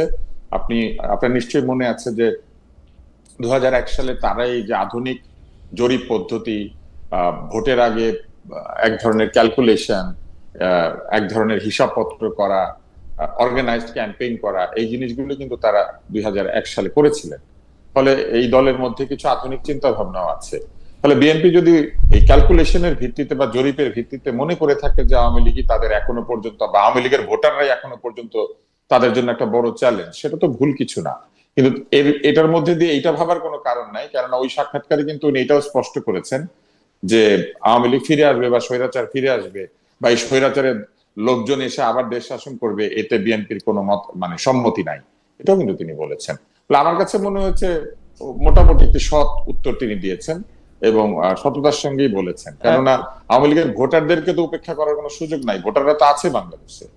তুষার ভাই, আপনি কি বিএনপির ভারপ্রাপ্ত চেয়ারপারসন জনাব তারেক রহমানের যে ইন্টারভিউটা 2 পর্বে দেওয়া হয়েছে, সেটা কি আপনি দেখছেন? কয়েকটা বিষয় একটু দৃষ্টি আকর্ষণ করতে চাই আপনার মতামত শোনার জন্য।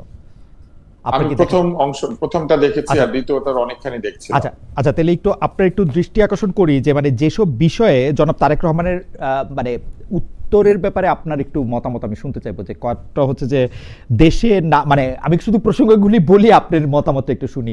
দেশে না ফেরা প্রসঙ্গ, তিনি বলেছেন যে উপযুক্ত সময় ফিরবেন, কবে ফিরবেন জানিয়েছেন যে দ্রুতই ফিরবেন, এটা নিয়ে একটু আপনার মতামত শুনতে চাই। দেশে উনি কবে ফিরবেন আর ফিরবেন না, এটাকে আমাদের ইচ্ছা বা জনগণের ইচ্ছায় ফিরবেন, এটা তো তার নিজের ইচ্ছা। এবং তিনি একটি উপযুক্ত সময় বা অ্যাপ্রোপ্রিয়েট টাইমে ফিরবেন, এটাই তো তার রাজনৈতিক সিদ্ধান্ত হওয়া উচিত। এবং আমার ধারণা যে তিনি রাজনৈতিকভাবে যথেষ্ট পরিপক্কতা অর্জন করেছেন গত 16-17 বছরে। ফলে আমার যেটা ধারণা যে তিনি একটি উপযুক্ত সময় বেছে নেবেন, যে সময় তিনি ফিরলে পরে সবচেয়ে বেশি ইম্প্যাক্ট ক্রিয়েট হবে বলে তিনি এবং তার দল মনে করেন এবং তার উপদেষ্টারা মনে করেন।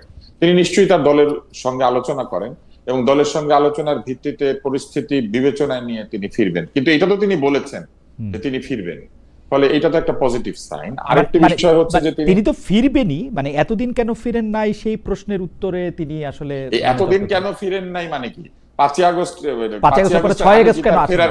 6 আগস্ট ফেরার পরিবেশ ছিল। 6 আগস্ট কেন? আমি যদি প্রশ্ন করি বাংলাদেশের দ্বিতীয় স্বাধীনতা যারা ইন্টারনেটে বিভিন্ন ধরনের গালিগালাজ করে এনে দিলেন, তারাও তো দেশে ফিরেন নাই। না, তাদের এগুলো কোনো কথা না। তাদের আর জনাব তারেক রহমান আলাদা। জনাব তারেক রহমান তো দেশের না আলাদা না, আলাদা না। মানুষ হিসেবে আপনি যদি বিবেচনা করেন জি, কে কখন ফিরবে আর কে কখন ফিরবে না, কে কেন ফিরবে আর কে কেন ফিরবে না, এইটা কি আমরা প্রশ্ন করতে পারি? আমরা বরং তাকে অনুরোধ করতে পারি যে আপনি দ্রুত ফিরে আসুন। তুষার ভাই, আমরা বলতে পারি আপনি কেন ফিরেন না? আমরা প্রশ্ন মনে করতে পারি, কারণ এটা আমাদের কৌতূহল। উনি সারা বাংলাদেশের নেতা, এতদিন তিনি দেশে ফিরতে পারতেছিলেন না, একটা খুবই অপ্রেসিভ গভর্নমেন্ট ছিল বলে এখন তিনি দেশে ফিরবেন, সেটাই তো স্বাভাবিক, তাই না? মানে স্বভাব এখন তিনি দেশে ফিরবেন সেটাই স্বাভাবিক, কিন্তু কখন তিনি দেশে ফিরবেন এই সিদ্ধান্তকে আমি দিব? 13 মাস। এই সিদ্ধান্ত উনি নেবেন। আচ্ছা, ঠিক আছে। 13 মাস কেন, উনি 17 মাস পরে, উনি 17 মাস পরেও ফিরতে পারেন, এটা তো তার ইচ্ছা। ইউনূস সাহেব, ডক্টর ইউনূস দেশে এত বড় আন্দোলন হয়ে গিয়েছে, উপদেষ্টা পরিষদের দায়িত্ব গ্রহণ করার জন্য 4 দিন বসেছিলেন কেন? ওনার কি বাধা ছিল? হাসপাতালে ছিলেন কি জানি, আপনি বলতে পারেন একটা সার্জারি, একটা মাইনর সার্জারির মধ্যে দিয়ে গেছেন উনি। 17 বছর আমার কোনো অসুবিধা নাই, 17 মাস উনি না থাকুক, কিন্তু বলুক আমি একটা সার্জারির মধ্যে দিয়ে যাচ্ছি। তুই ভাই, ইচ্ছা কথাটা কিন্তু অনেক ডগমেটিক।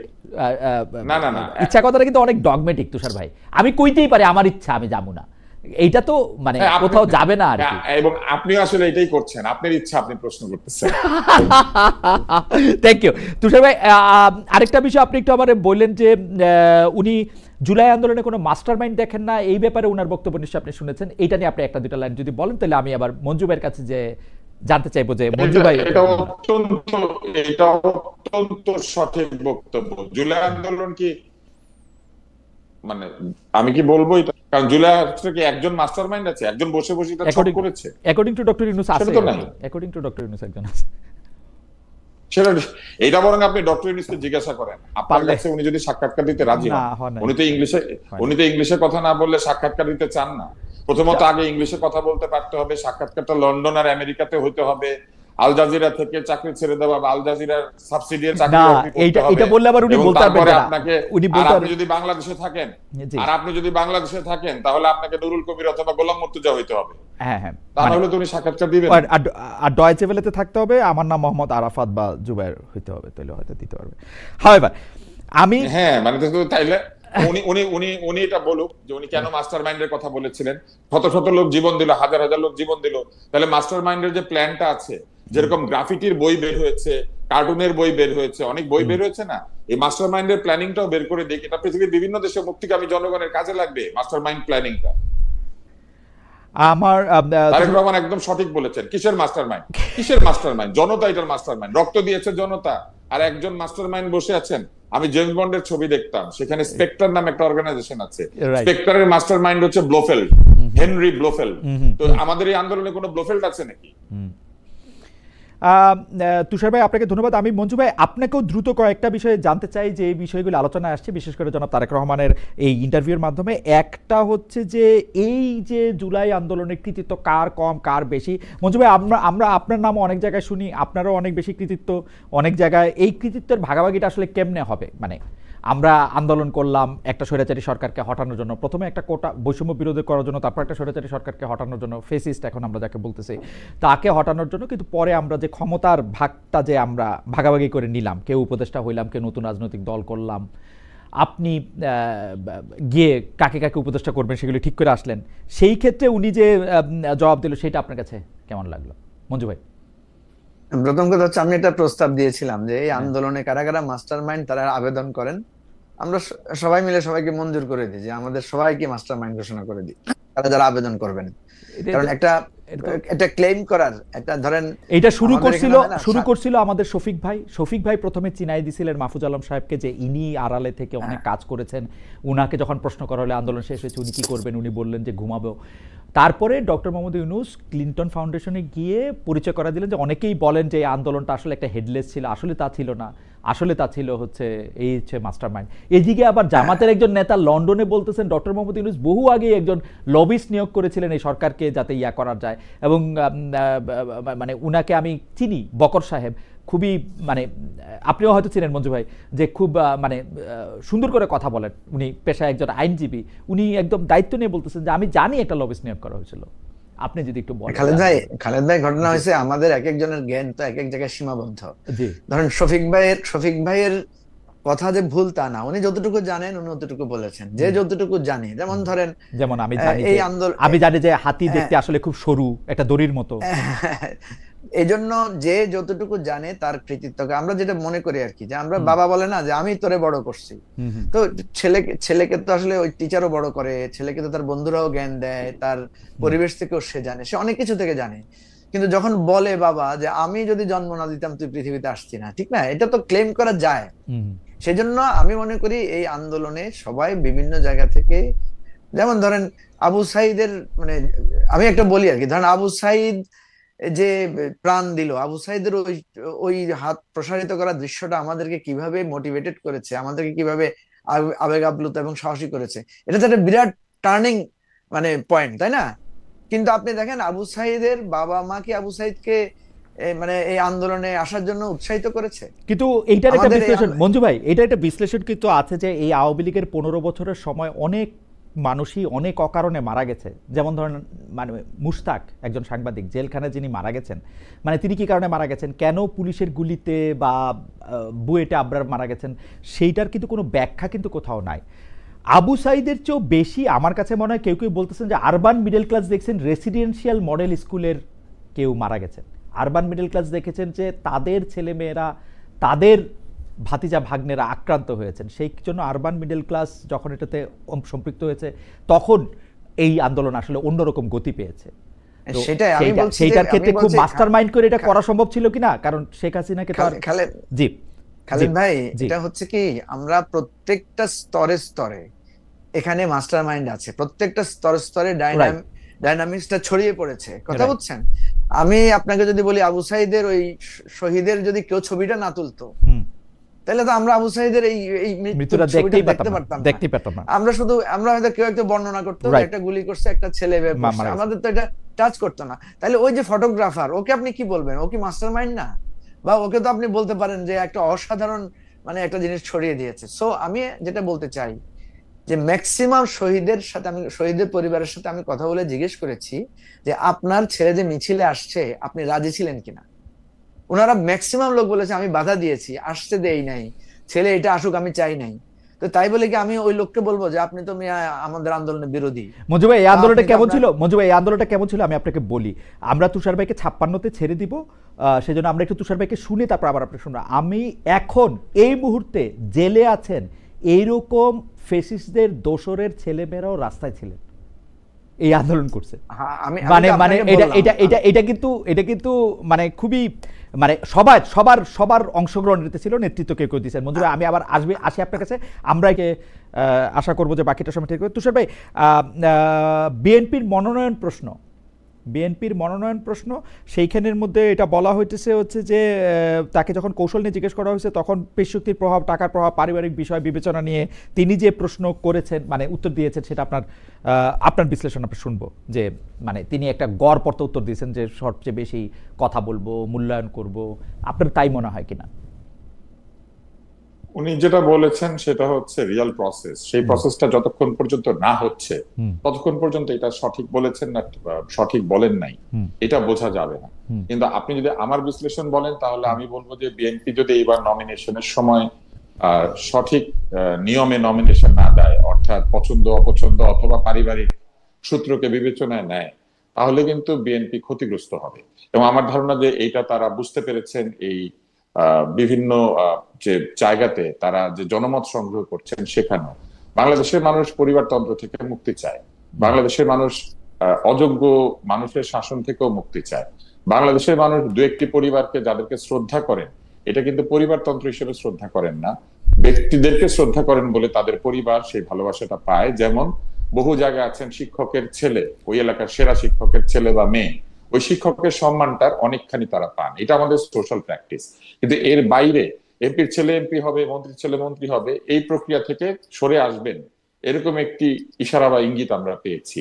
এখন বাংলাদেশের বৃহৎ দলগুলি নমিনেশন দেওয়ার ক্ষেত্রে অনেক কিছু বিবেচনায় নেন, এলাকাতে প্রভাব, আহ শক্তি, পারিবারিক লেগেসি, অতীতে জয়ের অভিজ্ঞতা, তারপরে এমনকি দলের শীর্ষস্থানীয় নেতাদের সঙ্গে সম্পর্ক, এরকম নানান ফ্যাক্টর কিন্তু কাজ করে। আমার মনে আছে কোনো একজন শীর্ষ নেত্রী আমাকে বলেছিলেন যে এইসব কমিটি টমিটি সব ভুয়া আওয়ামী লীগের।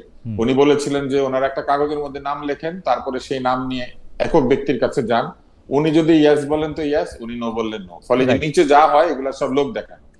তো বিএনপি কে এটা প্রমাণ করতে হবে যে বিএনপি আগামীতে মনোনয়ন যখন দিবেন তারা আসলে মনোনয়ন যেভাবে হওয়া উচিত, আদর্শ মনোনয়ন পদ্ধতি, সেইভাবে তারা মনোনয়ন দিচ্ছেন কিনা। ফলে এই বক্তব্যটাকে আমাদেরকে যাচাই করতে হবে নির্বাচনের সময় মনোনয়ন প্রক্রিয়াটা দেখে। তার আগে আমরা কেবল আশা করতে পারি যে অতীতের মতো প্রভাবিত মনোনয়ন প্রক্রিয়া হবে না। আর দর্শকদের অনেক প্রশ্ন দেখতে পাচ্ছি, আমি আপনাদেরকে নিশ্চিত করতে পারি যে আমাদের এইখানে খালেদ বা আমাদের দুইজনের অন্তত আগামী নির্বাচনে মনোনয়ন পাওয়ার কোনো আকাঙ্ক্ষা নেই। আমরা একটু শান্তিতে জীবন যাপন করতে চাই। তুষার ভাই, এই 3 মিনিট সময় আছে আপনার হাতে, আমি এই প্রসঙ্গটাতে আসি। আপনার বক্তব্য শুনে আমি মঞ্জু ভাইয়ের কাছে একটু বিস্তারিত শুনতে চাইবো। এইটা হলো যে দুর্নীতি, বেশিরভাগ বাংলাদেশের মানুষ ইররেসপেক্টিভ তারা কোন দল সাপোর্ট করে না করে, তারা দুর্নীতিমুক্ত একটা বাংলাদেশ দেখতে চায়। পাশাপাশি এই দুর্নীতিমুক্ত বাংলাদেশ দেখার ক্ষেত্রে বেশিরভাগ মানুষের একটা প্রেসক্রিপশন হচ্ছে বাংলাদেশটা যদি একটা ধর্মভিত্তিক রাষ্ট্র হয় এবং এই দুর্নীতিটাকে যে ধর্মে বর্ণিত বিভিন্ন পন্থা দিয়ে যদি একটা শাস্তি দেওয়া যায় তাইলে বোধহয় এটা ভালো হবে। আপনার মন্তব্য একটু শুনে রাখি তুষার ভাই, আমরা একটু মঞ্জু ভাইয়ের কাছে এটা একটু বিস্তারিত শুনবো, এই রাজনীতিটা বা এই জায়গাটা আপনি কিভাবে দেখেন। পৃথিবীতে যেসব দেশে দুর্নীতি নাই তাদের অধিকাংশ দেশই মুসলিম সংখ্যাগরিষ্ঠ না। যেমন আপনি যদি এমনকি আরবেও যান, আরবের রাজারা অনেক দুর্নীতি করেন। আমার কাছে 1972 সালের একটা নিউজ উইক আছে যেখানে বাদশাহ ফাহাদ আমেরিকাতে গিয়ে ক্যাসিনোতে $6 মিলিয়ন এক রাত্রে জুয়া খেলে উড়িয়ে দিয়েছে। উনি একজন জুয়ারি, ইসলামের জুয়া নিষিদ্ধ ছিল। তো এগুলো আছে। ফলে মুসলিম প্রধান দেশে দুর্নীতি হয় না, ব্যাপারটা এরকম না। ফলে দুর্নীতির সাজা দেওয়া অথবা না দেওয়া অথবা দুর্নীতি রোধ করা এবং না করার সঙ্গে ধর্মের শাসনের বা ধর্মীয় শাসনের কোনো সম্পর্ক নাই। বরং ধর্মকে মানে এমন জনগোষ্ঠী যদি আমরা তৈরি করতে পারতাম তাহলে দুর্নীতি এমনিতেই দূর হয়ে যেত। আমাদের ধর্মে তো চুরির কথা লেখা নাই, দুর্নীতির কথা লেখা নাই, আমাদের ধর্মে তো অন্যের জিনিস দখল করার কথা লেখা নাই। ফলে আমরা যেগুলো না, এরকম যদি লোকজন থাকে, আমি আরেকবার বলি এই কথাটা, মানে আমাদের দেশে বহু লোক আছেন যে তারা এই ধর্মের বিভিন্ন জায়গাকে ভিন্নভাবে তারা স্থাপন করেন, অর্থাৎ তারা আচরণ করেন, উপাসনা করেন, কিন্তু ঘুষ খান। তো এরকম যদি আমরা হয়ে থাকি আমাদের দেশের লোকেরা, তাহলে সেইখানে তো আমাদেরকে বিবেচনা নিতে হবে যে প্রকৃত ধর্ম পালনকারী জনগণ না তৈরি হলে ধর্মের শাসন দিয়ে কখনো দুর্নীতি দূর করা যায় না। ওকে তুষার ভাই, আমি একটু বিদায় নেই আপনাদের কাছ থেকে। জি তুষার ভাই, আরো 1 মিনিট ছিল অবশ্য, কিন্তু আপনি যেহেতু বিতার্কিক, আপনার টাইমের হিসাবটা খুবই পারফেক্ট। আপনাকে আমরা ধন্যবাদ দিয়ে আমরা বিদায় দিই। আমরা মঞ্জু ভাইকে এই বিষয়ে একটু জানতে চাই যে মঞ্জু ভাই, দুর্নীতিমুক্ত দেশ আমরা সবাই চাই, কিন্তু সেই ক্ষেত্রে এইটার প্রেসক্রিপশনটা কি হতে পারে, এটাতে নানা ধরনের রাজনীতিবিদরা নানা রকম কথা বলতেছেন, কিন্তু স্পেসিফিকলি একটা দল, মানে আমি জামাত ইসলামের কথাই বলি, জামাত ইসলামী সহ অনেকেই বলতেছেন যদি ইসলামী শাসন আসে তাহলে এই দুর্নীতিকে কবর দেওয়া সম্ভব হবে, বা ইসলামী মতে দেশ চললে এটাকে সম্ভব হবে। আপনার মন্তব্য একটু শুনতে চাই, আপনি কি মনে করেন ইসলামী দলগুলো নিয়ে একসাথে এটা করলে? সর্বশেষ আমরা দেখলাম যারা মামুনুল হককে আফগানিস্তানে গিয়েছেন, তিনিও প্রায় কাছাকাছি ধরনের কথা বলেছেন, দুর্নীতি প্লাস দেশের মানুষ, সামাজিকতা, সামাজিক নর্মসগুলি কেমন থাকবে সেটা নিয়ে। দুর্নীতির কারণটা কি? আমরা যদি বলি যে দুর্নীতি মানুষ কেন করে, দুর্নীতি, বা আমরা যদি এটাকে আরো ভেঙে বলি নীতি, এটা মানুষ শিখে কোথায়? নীতি শিক্ষার আমরা যেটা দেখি কয়েকটা সোর্স আছে। একটা হচ্ছে ফ্যামিলি থেকে শিখে, ফ্যামিলির ঐতিহ্য থেকে শিখে, ধর্ম থেকে শিখে, মানুষ কালচার থেকে শিখে। এটা হচ্ছে মানে নানা সোর্স থেকে আমরা মানে নীতিটা শিখি। তো সেক্ষেত্রে ধর্মের তো একটা বিরাট অবদান আছে, এটা তো কোনো অস্বীকার করার উপায় নাই। আমরা যেমন মিথ্যা কথা বলা যাবে না, মিথ্যা বলা মহাপাপ, এই যে পাপ পুণ্যের জ্ঞানটা তো আমরা কিছুটা ধর্ম থেকে শিখি। এখন যে কথাটা আমাদের তুষার ভাই বলেছেন যে যারা ধর্ম মানে না তারা কি দুর্নীতিবাজ সবাই? না, আমরা তো এমন লোকও দেখি যে ধর্ম মানে না, যে ঈশ্বরে বিশ্বাস করে না, আল্লাহ বিশ্বাস করে না, এরকম লোককেও তো আমরা দেখি যে সে কখনো মিথ্যা বলে না, সে কখনো চুরি করে না। আবার যিনি সারাক্ষণ ধর্ম পালন করেন উনিও মিথ্যা বলেন। তাহলে এখানে আমাদেরকে বুঝে নিতে হবে যে আমরা নীতির যে সোর্স, সেই সোর্সটাকে আমরা কে কতটুকু অ্যাবজর্ব করছি। দেখেন, বাংলাদেশ একমাত্র দেশ হয়তোবা, বা আরো অন্য জায়গায় থাকতে পারে, ভারত পাকিস্তানে, আমি ভারত পাকিস্তানে খুবই কম গিয়েছি, পাকিস্তানে তো যাই নাই, ভারতে একবার গিয়েছি শুধু। কিন্তু আমি বাংলাদেশের পাশে ধরুন শ্রীলঙ্কায় গিয়েছি। শ্রীলঙ্কায় গিয়ে আমি খুব লজ্জিত হয়েছি, একটা মসজিদে ঢোকার সময় আমি নিজের অলক্ষ্যেই স্যান্ডেল গুলো হাতে নিয়ে ফেলেছি। তো পাশে যারা ছিল তারা আমার দিকে তাকিয়ে অবাক যে আমি স্যান্ডেল হাতে নিলাম কেন। মানে ওই যে আমাদের দেশে যে আমরা মসজিদে ঢোকার আগে স্যান্ডেল হাতে নেই না, হ্যাঁ, এইটা আমার অভ্যাসবশত নিয়েছিলাম, কারণ আমাদের দেশে তো আমাদের একটা ধারণা যে স্যান্ডেল বাইরে রেখে গেলে চুরি হয়ে যাবে। তাইলে আপনি দেখেন, আমাদের দেশে যদি বলি যে স্যান্ডেল বা জুতা চুরি হয় সবচেয়ে বেশি কোন জায়গায়, কেউ দ্বিধা না করেই বলবে মসজিদ বা মন্দিরে বেশি চুরি হয়, তার মানে ধর্মস্থানে। তো এখন এখন প্রশ্ন হচ্ছে যে আমাদের দেশে প্রত্যেক পাড়ায় পাড়ায় মসজিদ আছে, প্রত্যেক ঘরে ঘরে কিন্তু আর কিছু না থাকুক একটা কোরআন শরীফ আছে, এবং আমাদের মুসলমানদের প্র্যাকটিস হচ্ছে সবাইকে আমরা এই শিক্ষাগুলো দেই। তারপরও আমরা, আমাদের দেশে চুরি কেন বেশি হচ্ছে, আমাদের দেশে কেন এত দুর্নীতি হচ্ছে? এর আরেকটা কারণ হচ্ছে আমাদের অভাব, আমাদের অর্থনৈতিক সাম্যের অভাব, অর্থনৈতিক নিরাপত্তার অভাব, অর্থনৈতিকভাবে অসচ্ছলতা। আবার আপনি যদি দেখেন অনেক সচ্ছল পরিবার তারাও কিন্তু ঘুষ খাচ্ছে, চুরি করছে। এই জন্য এটা একটা সামগ্রিক প্রক্রিয়া। কেউ যদি বলে শুধু ধর্ম দিয়ে দুর্নীতি দূর হবে, এটা নিশ্চয়ই উনি সত্য বলবেন না, এবং এটা যুক্তি দিয়ে উনি প্রমাণ করতে পারবেন না। আবার কেউ যদি বলে যে না, শুধু আমি জ্ঞান বিজ্ঞান প্রযুক্তি আইন প্রয়োগ করেই দুর্নীতি দূর করব, এটাও হবে না। কারণ আমেরিকায় আমরা তো বেশ কয়েকটা ঘটনা জানি, লাস ভেগাসের ঘটনা জানি, লস অ্যাঞ্জেলেসের ঘটনা জানি, যে সেখানে বিদ্যুৎ বিপর্যয়ের পরে প্রচুর লুটপাট হয়েছে, প্রচুর মানে আপনার মানুষকে ছিনতাই করেছে, নানাভাবে লোপাট করেছে। তো এই জায়গায় আমরা দেখি সবগুলোর কম্বিনেশন লাগবে। ধর্ম অবশ্যই মানুষকে নৈতিক পথে রাখার একটা অন্যতম সোর্স, কিন্তু আপনি যদি মানুষের খাবার না দেন, আমাদের দুর্নীতি যদি না, মানে দুর্নীতি যদি নাই থাকতো, তাহলে মানে ধর্মের এত বিধানগুলো কেন আসছে? আপনি আপনি বলেন রাসূল সাল্লাল্লাহু আলাইহি ওয়াসাল্লামের যুগে সাহাবীদের এত কঠিন কঠিন শাস্তি কেন হয়েছে? হযরত ওমর তার সন্তানকে শাস্তি দিয়েছেন, তাহলে কেন? তার সন্তান অন্যায় করলো কেন? বা আমরা যদি দেখি মুসলমানদের মধ্যে, মুসলমানদের যে মানে এক ধরনের সিভিল ওয়ার হয়েছে, বা আমরা যদি কারবালা, যেটাকে আমরা বারবার বলি যে কারবালার সেই রক্তাক্ত প্রান্ত, এটা কাদের মধ্যে হয়েছে? এটা তো মানে মুসলিম ভার্সেস মুসলিম হয়েছে। আপনি হয়তো বলতে পারেন যে ও বিভ্রান্ত মুসলিম, ও ভুল মুসলিম, কিন্তু মুসলিমই তো, তারই তো ভুল হয়েছে। সুতরাং ধর্ম পালন করলে যে কেউ ভুল করবে না, ধর্মীয় শাসন জারি হলে যে দেশ থেকে একেবারে হঠাৎ করে, এটা না। কিন্তু মানুষের প্রাথমিক চাহিদাটা পূরণ করতে হবে। এবং ইসলাম নিজেও বলে না, আমি কোনো ধর্মই বলে না যে তোমার পেটে ভাত না দিয়ে তোমাকে শাস্তি করবো। আপনাকে একটা রুলস বলি, যেটা খালেদ ভাই আপনি হয়তো বুঝবেন। হযরত ওমরের শাসনামলে একবার উনি হাত কাটার বিধান রহিত করেছিলেন, এবং একটা ইসলামের জুরিসপ্রুডেন্স, যেটা মানে আমরা যেটা বলি শরিয়া আইন, শরিয়া আইন কি স্থগিত করা যায়? হযরত ওমর বললেন স্থগিত করা যায়। উনি হাত কাটার বিধান রহিত করেছিলেন। কেন করেছিলেন? ওই পার্টিকুলার টাইমের জন্য। উনি বলছেন যে এখন অভাব দেখা দিয়েছে, অর্থনৈতিক অসাম্য আছে, এখন এটা এক্সিকিউট করা যাবে না। তাহলে যারা বলেন যে শুধু ইসলামিক আইন করেই দেশকে ঠিক করা যাবে, তাহলে তো আগে আগে তো অর্থনৈতিক নিরাপত্তা, জীবনের নিরাপত্তা, খাদ্য নিরাপত্তা, চাকরির নিরাপত্তা, এটা প্রতিষ্ঠিত করতে হবে। এটা প্রতিষ্ঠিত এই জন্যই কিন্তু ইসলামে কিন্তু শরিয়া আইন এসেছে গ্র্যাজুয়ালি, অনেক পরে এসেছে। আগে সুশাসন, ন্যায় এগুলো নির্ধারণ করা হয়েছে, এবং সুশাসন ন্যায় কিন্তু আপনার নির্ধারণ করা হয়েছে, প্রতিষ্ঠিত করা হয়েছে সামাজিক এই অনাচারগুলো, সমস্যাগুলো দূর করার মধ্য দিয়ে। তো সুতরাং আমি বলি যে এটাতে প্রত্যেক কম্পোনেন্টের একটা কন্ট্রিবিউশন লাগবে। কিন্তু মঞ্জু ভাই, মাঠের রাজনীতিতে এইটা বলা সহজ কিনা যে এইটা করলে এইটা হয়ে যাবে, বা কোনো একটা মানে যেটাকে আমরা পরশপাথর বা টাচস্টোন বলি, যে ওইভাবে যদি আমরা চলি ওইটা হয়ে যাবে। কিন্তু আমার অভিজ্ঞতায় তো আমরা দেখি যে আমরা মানে এমনকি ভিন দেশে, মানে আমি বলি যে ইসরায়েলের অত্যাচারের প্রতিবাদ করলাম আমরা একটা জুতার দোকান লুট করে, মানে এতই সহজ আসলে আমাদেরকে মানে বলা বোঝানো। এইটার ক্ষেত্রে মানে আপনারা পলিটিশিয়ানরা কিভাবে এটা ডিল করবেন, কিভাবে মানে এটা ডিল করাটা কিভাবে? যেমন আপনি যদি আলাদা আলাদাভাবে কথা বলেন, মঞ্জু ভাই আমি আলাদা আলাদাভাবে কথা বলি বলে আমি জানি, আলাদা আলাদাভাবে কথা বলে আপনি আজকে যে কথাগুলি বললেন হুবহু এই কথাগুলি সাধারণ মানে আমি যাদের সাথে কথা বলি তারা বলেন যে আসলে আমরা তো এরকম দেখি না। তারা কবি আল্লামা ইকবালকেও উদ্ধৃত করেন যে মুসলমান আছে ইসলাম নাই, ইসলাম আছে মুসলমান নাই, ওরকম নানা ধরনের কথাই তারা বলেন। কিন্তু মানে যেটাকে বলা হচ্ছে যে জনতাকে উত্তেজিত করা বা বলা, এটা প্রমাণও তো আমরা আসলে দেখতেছি। যে মানে আমার এক বন্ধু প্রায় এই উদাহরণটা দেয় যে ইসরায়েলের অত্যাচারের বিরুদ্ধে প্রতিবাদ করলাম আমরা জুতাচুরি করে, পশ্চিমা মিডিয়াতে এটা আবার দেখানো হইলো বেশ কয়েকবার বড় বড় করে।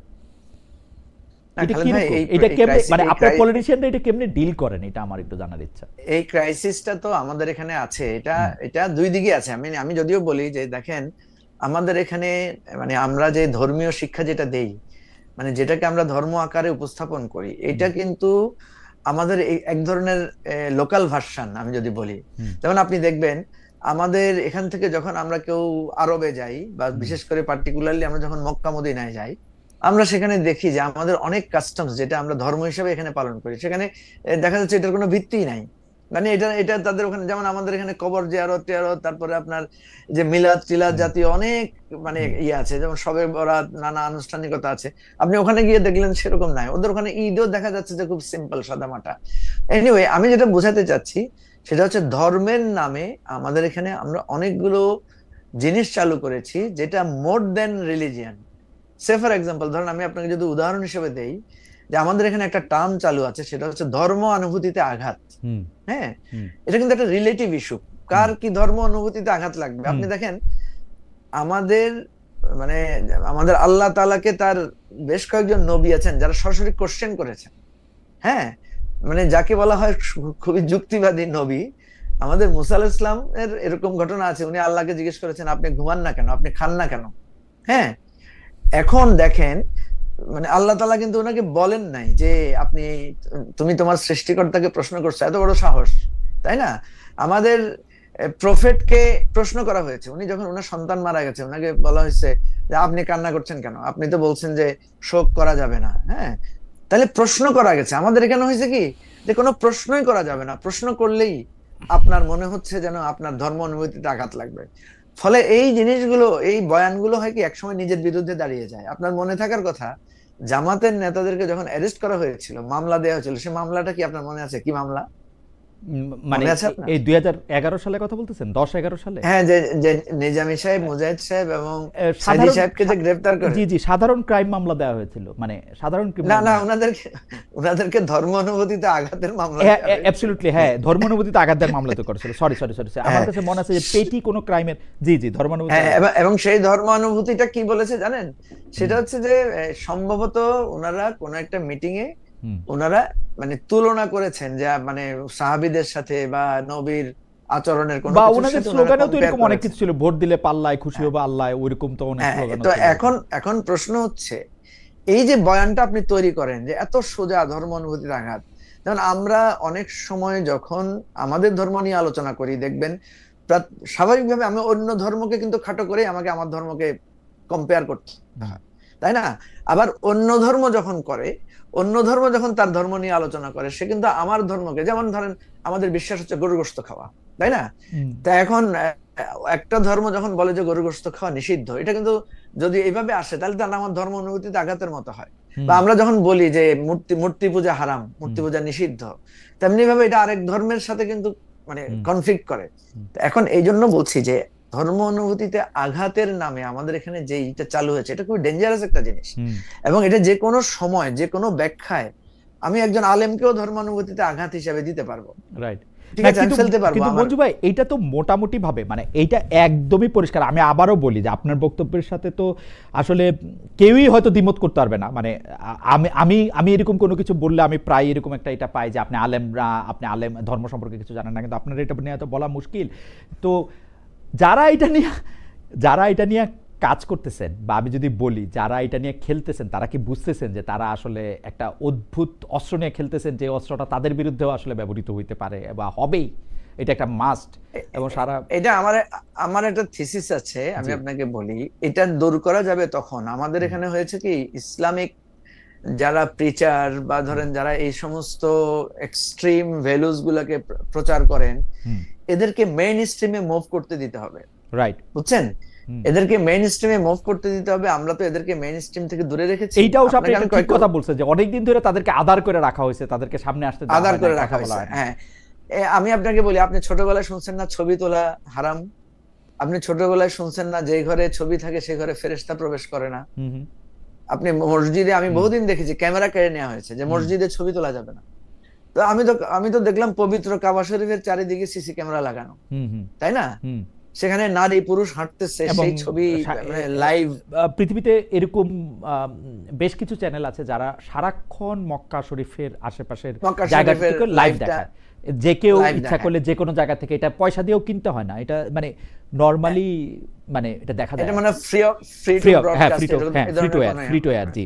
Free to air, right. হুম তো আমি যেটা আপনাকে বলছি যে দেখেন, এটা যখন আপনি প্রযুক্তি যখন ইউজ করবেন, দেখবেন আমাদের এখন যে মোবাইল ফোন থাকে আমাদের হাতে, এটাতে হুম কিন্তু পবিত্র কোরআনের 30 পারা কোরআন শরীফ অনেক সময় আমরা হুম ডাউনলোড করে রাখি। হুম এটা নিয়ে কিন্তু আমি টয়লেটে যাচ্ছি, হুম এই মোবাইলটা আমার হাতে থাকছে, তাই না?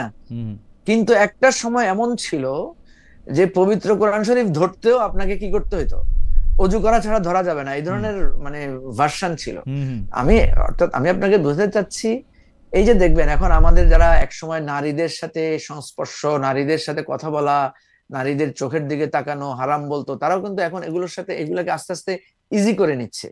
এখন এটা কেন নিচ্ছে? কারণ সে ওই জগতে বসবাস করেছে, তাকে আপনি বিচ্ছিন্ন করে রেখেছেন বা সে বিচ্ছিন্ন হয়েছিল। এখন যখনই আপনি তাকে সামনে আনছেন, আপনি যখন পার্লামেন্টে তাকে বলছেন তোমাকেও এখানে নারী সদস্য থাকতে হবে, হ্যাঁ, তখন সে কিন্তু আস্তে আস্তে তার যেই মানে একটা বিচ্ছিন্নতা ছিল, তার যে বয়ানগুলো সে দাঁড় করিয়েছে, এগুলো থেকে আস্তে আস্তে সে কিন্তু সরে আসছে। তো আমি এখানে ডাবল জিনিস দেখতে পাই। আপনি দেখবেন যে একটা সময়ে এই জিনিসগুলোর ব্যাপারে খুবই আপত্তি ছিল। এই সমস্ত বিষয় নিয়ে আপনি ওই যে আমাদের মোস্তফা সরোয়ার ফারুকীর একটা মুভি হুম ছিল টেলিভিশন, টেলিভিশন আপনি কি রাইট দেখেছেন ওইটা? রাইট হ্যাঁ হ্যাঁ। হ্যাঁ, ওই টেলিভিশনে কিন্তু একটা দারুণ একটা না আমি আমরা তুলে ধরেছেন। আমার কাছে মনে হয় কি, আমাদের সাহিত্যিকরা, আমাদের চিন্তাবিদরা, মানে আমি যতবার তাদেরকে পড়ছি, যারা খুবই মানে ব্যক্তিগত অভ্যাসে যারা আসলে খুব ধার্মিকও ছিলেন, তারা কিন্তু এই বিষয়গুলি নানাভাবে অ্যাড্রেস করছেন। মানে সেটা আমাকে আমি সেটা আবুল মনসুর আহমেদ হন, সেটা সৈয়দ ওয়ালিউল্লাহ হন, সেটা কিন্তু নানাভাবে এটা অ্যাড্রেস করছেন। ফ্রম লাল সালু টু হুজুর কেবলা, এগুলি কিন্তু আসলে অ্যাড্রেস করা হয়েছে নানাভাবে। হ্যাঁ, সেটা আমি যত বলছি, এগুলোকে যত বেশি আপনি আমাদের এই যে হয়েছে কি, আপনি যখন এই আলেমদেরকে বা এই ধরনের যারা বয়ান তৈরি করেছেন এদেরকে যখন আপনি পাবলিক স্ফিয়ারে প্রশ্নোত্তরে আনবেন, ডায়ালগে আনবেন, এক ধরনের মানে মুক্ত আলোচনায় আমার আনবেন। মনে হয় যে এটা একটা খুবই ঠিক কথা বলছেন। এবং আমি মনে করি যে অনেকটা এই আওয়ামী লীগের সময় আসে বা তারও আগের থেকে আসলে যেহেতু মেইন স্ট্রিমে তাদেরকে একটু আদার করে রাখা হয়েছে, এইটার একটা বিরূপ প্রতিক্রিয়া আমরা দেখতে পাইছি নানা জায়গায় আসলে। কারণ রাইট, আমি আমি আমি আমি যেমন সাধারণ মানুষের সাথে কথা বলে যেরকম জানতে পারছি, আলেমদের সাথে কথা বলেও কিন্তু আমি অনেক আলোকিত হয়েছি, মানে ব্যক্তিগত পর্যায়ে কথা বলে আর কি। আমি যখন এই প্রশ্নগুলি তুলছি, তারা যখন আমাকে উত্তর দিছে, তারা যখন আমাকে বলছে, তাদের সাথে আমার অনেক বেশি আলোচনা হয়েছে। আপনি মানে আমি আপনাকে একটা ছোট্ট উদাহরণ দিই। জি মাওলানা দেলোয়ার হোসেন সাইদি, যিনি খুবই জি প্রমিনেন্ট এবং খুবই ফেমাস, জি উনি আমাকে একদিন বললেন যে দেখো, আমি এখন টেলিভিশনে যখন একটা মানে একটা ডিসকাশন করি বা একটা ছোট বক্তব্য দিই, এটা কম বেশি 50-60 লক্ষ বা এর চাইতেও বেশি ভিউয়ার শুনে এট এ টাইম, লাইভে বা আমার ইয়া থেকে। কিন্তু আমি যে একটা মাহফিলে তো আমি 10-20 লাখের বেশি লোককে রিচ করতে পারি না, তাই না? তো উনি বলছেন এখন আমি দেখছি টেলিভিশনে একটা ডিসকাশন বা একটা প্রশ্ন উত্তর অনেক বেশি পাওয়ারফুল দেন একটা বিরাট মাহফিল, একটা বিরাট ওয়াজ মাহফিল। তো উনি বলছেন একটা সময় ছিল আমরা এই টেলিভিশন দেখারকে হারাম মনে করতাম, নিষিদ্ধ মনে করতাম, আর এখন পুরো ডাইরেকশনটা চেঞ্জ হয়ে গেছে। এখন মনে হচ্ছে আমি যদি টেলিভিশনের সামনে বসে কিছুক্ষণ কোরআনের আলোচনা শুনি বা একটা প্রশ্ন উত্তর শুনি, আমার নলেজ এন্ড আমার সওয়াব অনেক অনেক বেশি হবে। দেখেন, যেটা একসময় গুনাহ ছিল, এটা একসময় কিসে পরিণত হয়ে গেল, মানে তার রাইট। তার তার ডিরেকশনে উল্টা হয়ে গেল। না না, এই জন্য আমার কাছে মানে আমি আসলে এইবার জানতেও চেয়েছিলাম জামাত ইসলামের নেতাদের কাছে যে আমরা এবার ডাকসুতে যে ক্যাম্পেইন আমরা ইসলামী ছাত্র শিবিরের দেখেছি, সেরকম ক্যাম্পেইনটাকে সারা দেশে আমরা দেখব কিনা। ওনারা কিন্তু বলেছেন যে তারা একটা পরিবর্তন বা বিবর্তনের মধ্যে দিয়ে যাচ্ছেন, মানে বা পরিবর্তন বা চেষ্টা করবেন অ্যাডাপশন করতে। তা আমার সেইটাতেও আমি একটু আস্থা রাখতে চাই। আবার উনাদের নেতৃবৃন্দের সঙ্গে আলাদা করে কথা বললে আমার কাছে মনে হয় যে মানুষের কল্যাণই আসলে উনাদের ধারণা, কিন্তু বলার সময় বা যেভাবে আসলে মেসেজটা যায় সেইটা আবার একটু ডিফারেন্ট ওয়েতে যায়। এটা একটু না, এখানে এখানে একটা ছোট্ট কনফ্লিক্ট আছে। সেটা হচ্ছে উনি আগে যেটা বলেছেন, উনি আগে যেই কথাটা শিখিয়েছেন, এখন যখন সেটাকে উনি রিভার্স করছেন বা সেটার কাউন্টার যাচ্ছে। একটা ছোট্ট উদাহরণ আপনাকে বলি। যে ছাত্র শিবিরের বা জামায়াতের সদস্য হওয়ার, আপনি কি এটা পড়েছেন কখনো তাদের সংবিধান? আমি এই যে ওয়েবসাইটে এবার এটা খেয়াল করেছি যে এটা পড়েছি। আপনি পড়লে দেখবেন সেখানে লেখা আছে মানে জামাতের বা শিবিরের একজন মেম্বার হতে হলে, সদস্য হতে হলে তাকে ফরজ ওয়াজিব মেনে চলতে হয়, কবিরা গুনাহ থেকে দূরে থাকতে হয়, মানে ফুললি একটা রিলিজিয়াস অবলিগেশন। রাইট, ঠিক আছে। এখন আপনি যখন দেখবেন জামাতের আমির বা আপনার শিবিরের সভাপতি বা তাদের এরকম সেন্ট্রাল বা সে ফর এক্সাম্পল ধরুন ডাকসুতে যারা নির্বাচিত হয়েছেন, সে যখন তার একটা ছাত্রী বোনের সাথে কথা বলছে দাঁড়িয়ে, বা একটা ছাত্রী এসে যাতে তাকে যদি বলে যে ভাই আপনি ডাকসুর ভিপি হয়েছেন বা আপনি জামাতের আমির হয়েছেন, আপনার সাথে আমি একটু ছবি তুলবো দাঁড়িয়ে, তো সে যখন ধরেন, সে তো একটা পাবলিক লিডার, পলিটিক্স করছে, তো তার তো এই ছবিটা তুলতে হবে। তো সে যখন এই ছবিটা তোলে, তখন তাকে কিন্তু একজন কর্মী প্রশ্ন করতে পারে যে আপনি কি এখানে কবিরা গুনাহ করেছেন না করেন নাই। আমার মনে হয় এইটা নিয়ে একদিন আমরা একটা অন্য নেতাদের সাথেও একটা বড় আলাপ করব, কিন্তু মঞ্জু ভাই আপনি আমাকে ওই বিষয়টা নিয়ে একটু আমাকে নিশ্চিত করবেন কিনা, আপনি আজকে একটা কথা বলেছেন সেটা দর্শকদেরকে একটু নিশ্চিত করবেন কিনা যে আগে সুশাসন, ন্যায় বিচার এবং অন্যান্য সকল অধিকার নিশ্চিত করার পরেই যেটাকে ধর্মভিত্তিক আইন বা শরিয়া বলি সেইটা প্রযোজ্য হবে। আগে এই মানে মাঠটা সমতল করতে হবে, সবার জন্য সম অধিকার, সম আইনের ব্যবস্থা করেই কি এটা কি আসলে মানে ইসলামই পারমিট করে, ইসলাম বলে এরকম, নাকি এটা আপনি শুধু বলছেন? অনেকে প্রশ্নও করতেছেন এটা। মঞ্জু ভাই একটা আপনাকে আমি 10 সেকেন্ড যদি একটু ছোট করে, 1 মিনিট যদি একটু ছোট করে। জি খালেদ ভাই, যারা বাংলাদেশে ইসলামী রাষ্ট্র কায়েম করতে চায় তাদেরকে আপনি এই প্রশ্নটা করলে তারা কিন্তু বলবে যে এটা ওভারনাইট করা যাবে না। তারাও বলে না, এটাও বলে তারা ওভারনাইট করা যাবে। তার মানে কি? তার মানে হচ্ছে যে কোনো প্রসেস, আমি তো বলি আগে এটাকে একটা রাষ্ট্র বানাতে হবে, তারপরে আপনি এটাকে সমাজতান্ত্রিক রাষ্ট্র বানাবেন না ইসলামী রাষ্ট্র বানাবেন নাকি, এটা হচ্ছে পরের স্তরের বিতর্ক। না, আমরা যখন প্রাথমিক বিতর্কে এটাকে নিয়ে আসি তখন এটা মানুষের কাছে এটা গ্রহণযোগ্যতা পায় না। কারণ একটা আপনি তো কাউকে এটা ভ্যালিড কোশ্চেন যে তুমি খেয়েছো এই প্রশ্ন করবেন আগে, রাইট? তুমি কি খেয়েছো এটা আগে প্রশ্ন করবেন না, তুমি নামাজ পড়েছো কিনা সে প্রশ্ন করবেন। একটা ঘটনা বলি, মানে এগুলো বলার আপনাকে পেলে আসলে কথা বলতে ইচ্ছে করে। এটা যদি শেষ করে, জি হযরত আবু হুরায়রার একটা ঘটনা আছে। উনি প্রায় সময় ক্ষুধার্ত থাকতেন, উনি খুব অভাবগ্রস্ত ছিলেন। উনি একদিন মসজিদে নববীর সামনে শুয়ে আছেন, ক্ষুধায় উনি নড়তে পারছেন না। ওনাকে যতজনই লোক আসছে শুধু জিজ্ঞেস করছে এই নামাজ শুরু হচ্ছে, তুমি ভিতরে আসো। একমাত্র রাসূল সাল্লাল্লাহু আলাইহি ওয়াসাল্লাম এসে তাকে জিজ্ঞেস করছেন যে তুমি কিছু খেয়েছো কিনা, এবং প্রথমে তাকে খাওয়ার জন্য তাকে ডেকে তুললেন এবং খাবারের জন্য পাঠালেন। তার মানে হচ্ছে যতজন তাকে নামাজের প্রশ্ন জিজ্ঞেস করেছেন উনি কিন্তু খুশি হন নাই, যখন এসে তাকে খাবার খেয়েছে কিনা জিজ্ঞেস করেছেন। আমি এটাতে বোঝাতে চাচ্ছি যে মানুষের মৌলিক অধিকার, নিরাপত্তা এটা আগে করতে হবে। এখন আপনি যদি বলেন যে এটা ইসলাম এটা আগে করবে, হিন্দু ধর্ম আগে করবে, আপনি দেখবেন প্রফেট কিন্তু আগে আলামিন as-সাদিক হিসেবে আগে পেয়েছেন, উপাধি পেয়েছেন, পরে উনি নবী হিসেবে স্বীকৃতি পেয়েছেন। রাইট। সুতরাং আগে প্রাথমিক জিনিসগুলোকে আমাদের এশিওর করতে হবে, এবং আমাদের দেশের যে কাঠামো, সংবিধান, নিয়ম কানুন, এগুলো কিন্তু এক ধরনের ওয়েলফেয়ার বেস করা আছে না। আমার মনে হয় যে সবাই আজকে মঞ্জু ভাইকে একটু পেয়ে, যেহেতু তুষার ভাই আগে চলে গেছেন, ডক্টর আব্দুল তুষার ছিলেন আমাদের সঙ্গে, উনি যে চলে গেছেন, মঞ্জু ভাইকে পেয়ে আসলে অনেকগুলি কথা নিশ্চয়ই দর্শকরা শুনেছেন, শুনবেন নানা রকম ভাবে। আমরা অনেক ধরনের কথা বলি। মঞ্জু ভাই, আপনাকে সাক্ষী রেখে একটা কথা বলি আজকে, সেইটা হচ্ছে যে আমরা অনেক ধরনের কথা বলি, কোনো কথাকে গুরুত্ব দেয় মানুষ, কোনো কথাকে গুরুত্ব দেন না, সেটাতে আমার কোনো আফসোস নাই। কিন্তু যেই কথা আমি বলি নাই এবং যেই কথা আমার পক্ষে কখনো বলা সম্ভব না, সেইটা আমার একটা ছবি দিয়ে 5-6টা লাইন লিখে এইটা এখন পুরা ভাইরাল। কি মানে আমি কোনো কার দাম, কি ডিভোর্সি নারী, কি সব কথাবার্তা, কোনো কিছু বলারও দরকার নাই, কোনো সোর্সও বলার দরকার নাই, কোনো এটা কোথা আমি বলছি সেটাও বলার দরকার নাই। আমার আফসোস যারা অডিয়েন্স আছেন তারা এইটা আবার খুব গ্রহণ করেন, আমাকে প্রশ্ন করেন আমি এই কথাটা বলছি কিনা। ভাই ওইখানে বলা আছে এটা আমি বলছি, আর আমার এটা ছবি ব্যবহার করে তারপরে এর মধ্যে থেকে এটা লিখবে, খুবই ডিস্টার্বিং। এবং এই ধরনের হয় কি, আমি এইটার ভোক্তা না, কিন্তু আমার যারা শুভাকাঙ্ক্ষী আছেন, যারা আমাকে মনে করেন যে এই ব্যাপারটা আমাকে একটু জিজ্ঞেস করা দরকার, তাদেরকে আমার শত্রু মনে হয় যে তোমরা যে এটা সাবস্ক্রাইব করলা, মানে how could you do that. এখন এইটার জন্য একটা ফতোয়া দেন মঞ্জু ভাই, এটা কি করা, এটা কি করা? এবং যারা এটা মনে করেন, মানে যারা এটা আমাকে জিজ্ঞেস করেন এটা আমি বলছি কিনা, আপনি দেখেন একটা ছবিটার মধ্যে একটা মানে লাল একটা আউটলাইন করে একটা 4টা 5টা অং বং খং লিখে দিল, এটার মধ্যে কিন্তু কোথাও নাই এটা আমি বলছি, এটা আমি কিছু করছি। তো যারা আমার জিজ্ঞেস করে এটা আমি বলছি কিনা, তারা কেমন, মানে তাদের মিডিয়া লিটারেসিটা কেমন আসলে, এবং সেটা একটা দুটো না, অসংখ্য। এটা তো খুবই দুঃখজনক, এবং আপনার টকের সাথে অন্য জায়গা থেকে এটা টক লাগিয়েও আমি দেখেছি কোলাজ বানানো হয়, এক সপ্তাহে 256টা হয়েছে, এটা এক সপ্তাহে 256টা। এবং বাংলাদেশে গুরুত্বপূর্ণ ব্যক্তিদের মধ্যে অনেকে আমাকে ফোন করে এটা বলেন, হ্যাঁ ডক্টর ইউনূস এবং শেখ হাসিনার ইন্টারভিউটা ভালো হয়েছে, ভালো নিছো। আমি